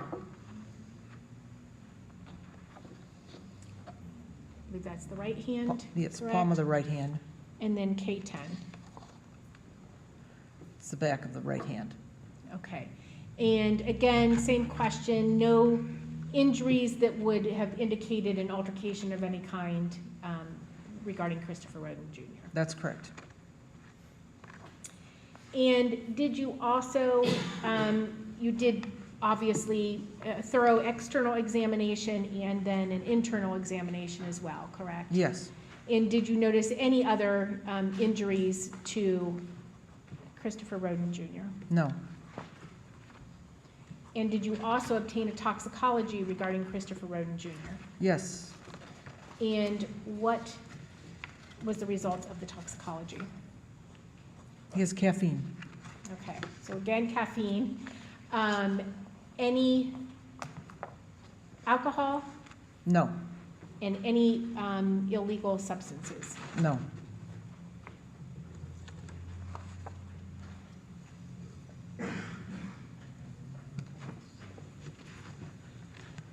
And Dr. Lohman, I believe you testified to this before, but do you know or do you have an opinion if there was a silencer used on a weapon, would that impact or could that possibly impact your distance determinations, I guess?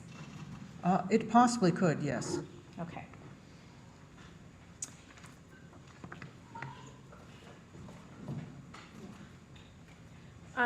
And doctor, do you have an opinion as to the cause of death of Christopher Roden Jr.? Yes. And what is that opinion? Multiple gunshot wounds to the head. Okay. And doctor, again, all the opinions that you have discussed today, are those all to a reasonable degree of medical certainty? Yes. I have no other questions, Your Honor.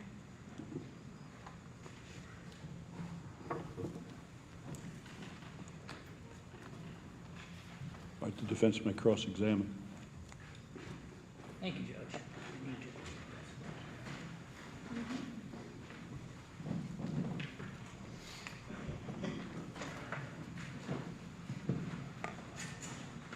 afternoon, Doctor. Good afternoon. Good to see you again. Your third trip from Cincinnati. Yes. Lovely drive, isn't it? Okay, Doctor, thank you again for being here. I really do appreciate it. I do just have a few follow-up questions, if I could. I'm going to ask you to help me complete the chart that we've done previously. Okay, You have all your reports and everything. yes. All right, just to follow up on one of the last points the prosecutor made, the silencer. How would that impact your determination of distance? A silencer in general would fit around or in the area of the muzzle, Yes. and it could capture some of the soot or stippling that normally would have landed on clothes or the body. It may capture that. So if I understand what you're saying, the distance could actually be closer than what you have observed. Yes, And that would be the impact of a silencer. a potential impact. Potential Yes, impact. yes. Right. All right, just a few other things, some of the basics to make sure I understand your opinions.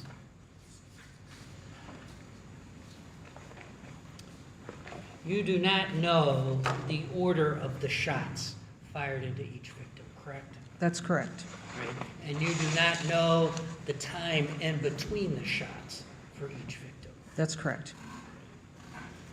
And with respect to Chris Jr., since you just talked about him, any one of those 4 shots, I believe he had, any one of those 4 shots would have been fatal, is that accurate? Yes, And any one of those 4 shots would have rendered him unconscious? yes. I think you covered that with Dana, but let me ask you about Hannah. She had 2 gunshots basically to the back of her head, is that accurate? Yes, back half of her head. Back half of her head. And could you just demonstrate for the jury so everyone can see, on your own body, if you could, where gunshot wound number 1 was for Hannah? It's on the left side of her head. It's about right here. All right, and that one was going from back to front?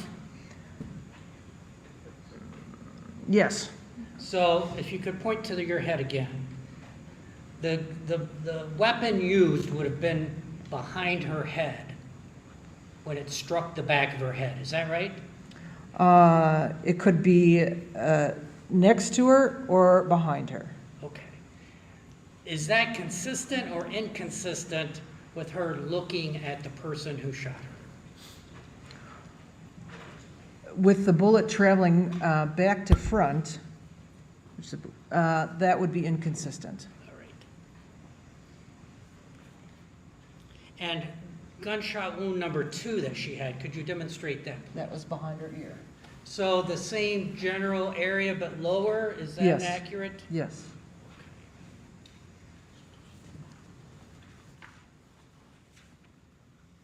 Okay, my wonderful chart, high technology that I've used here.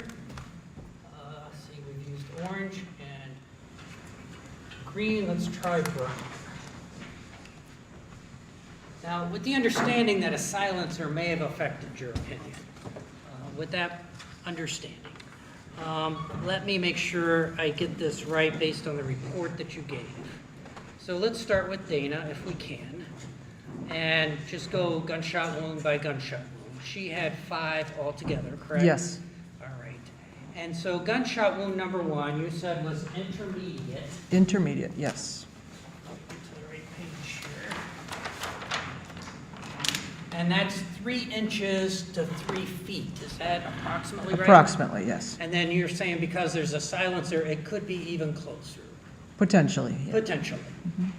All right, so gunshot wound for Dana, and I'll label her DR. Gunshot wound was intermediate, correct? Yes.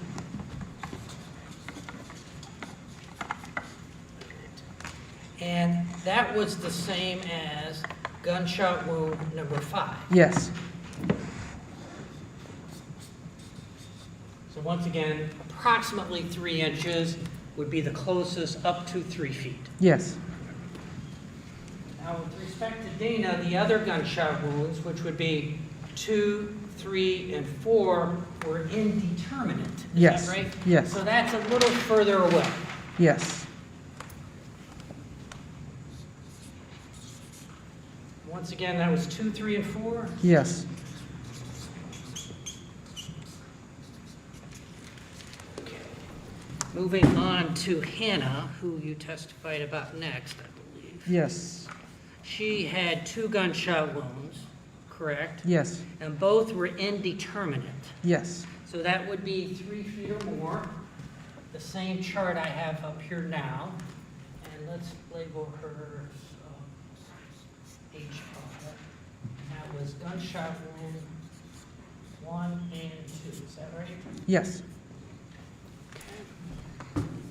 And finally, Christopher.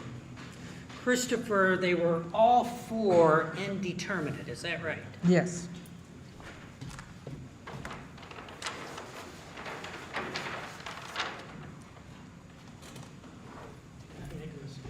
That was the same as Hannah, correct? yes, yes, Indeterminate? yes, So I'll put junior here. And that's gunshot wounds 1 through 4? yes.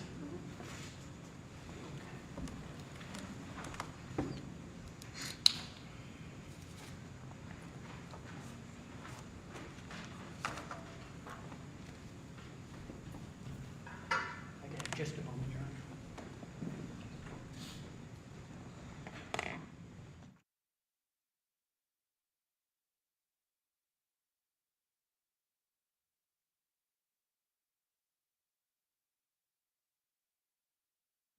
Doctor, thank you very much. Appreciate it. No further questions. Any redirect from the state? Yes, Your Honor, thank you. Let me try to move this.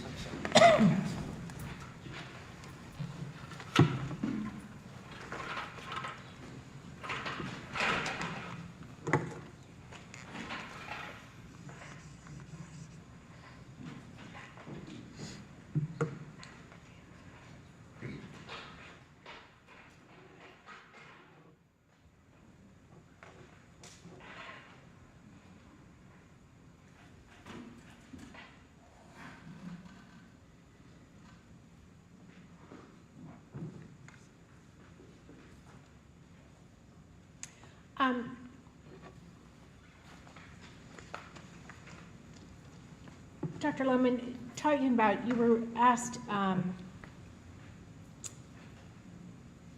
for Christopher Jr., if any of the 4 could have been fatal injuries. I believe you said yes. Yes, Correct. And regarding Dana, I believe you indicated that 5, which was in the jawline, and 3, the keyhole, well, this one would not have been fatal, right? that's correct. The Number one in 5. the jawline.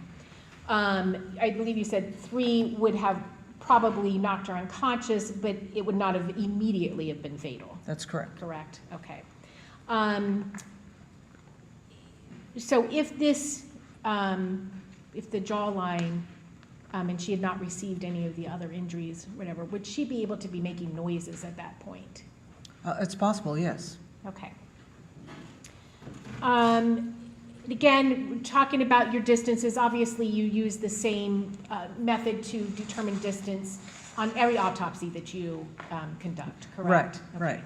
And at the time, you don't know if a silencer is used or not, correct? That's correct. Okay. And I believe there's a lot of variables that go into that determination, the power of the weapon, et cetera, correct? Right. Okay.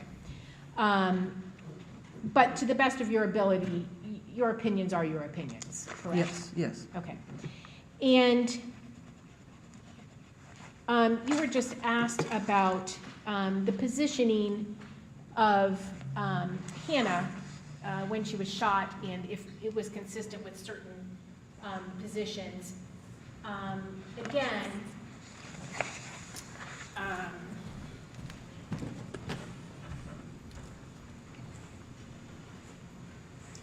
if Hannah is here and facing away from the door, this being where somebody enters into, and she's turned to that side, and I guess I would ask you, when you received Hannah at your facility, Yes, did you observe the shirt to be in any certain position? yes. And what was that position? The shirt was pulled up over the right breast. Okay, which would have been laying on the bed if she was Yes, in this yes, she was position? laying on her right, so that side was pulled up and the breast was exposed on the right. Okay, so if, for instance, somebody comes in through here, this individual sees that person and then turns away, either instinctively to, because they see a gun, and/or to protect the child that's laying in bed with them. Are the injuries and the pathways that you saw to her head consistent with that? Yes.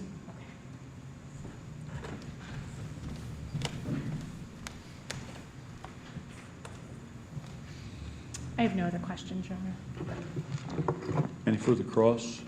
Just a question or two. Doctor, you're not aware of the lighting conditions in the home at the time of the murders, is that correct? No, I'm not. Thank you, Judge. Nothing else. Anything further from the state? No, Your Honor. All right. Then you may step down.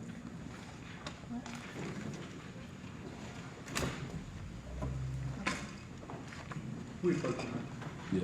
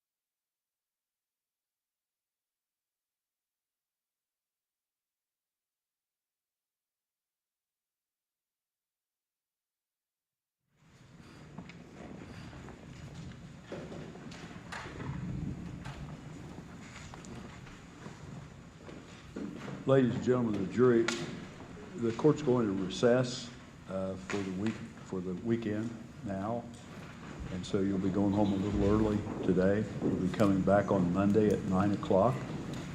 Monday at 9 o'clock, you're to assemble at the jury room downstairs the way you've been doing. And you'll be brought up here by court personnel. Now again, because you've had a busy week, there's be a natural tendency to maybe to discuss things which you may not do. There'll be a natural tendency perhaps of people wanting to discuss things with you which you cannot permit. So again, the instructions are, do not discuss this case among yourselves or with anyone else. Do not permit this case to be discussed with you or in your presence.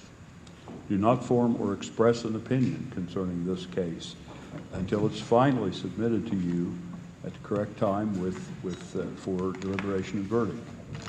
Do no research at all concerning this case, either as to the facts or as to the law from any source at all. And do not read, view, or listen to any reports or any accounts of this case. And that would include newspapers, television, radio, but would also include internet sources such as Facebook or other social media sites. Any source whatsoever, avoid it all, and have no contact with anyone participating in the case, which would include, of course, counsel, parties, and witnesses in the case. Now, you'll be leaving your notepads on your seat. You'll be wearing your badges home. Does counsel for either the state or the defense have anything you wish to put on the record before we adjourn for the weekend? We have nothing, Your Honor. On behalf of the No, defense. thank you very much. Then we are adjourned until Monday at 9 o'clock.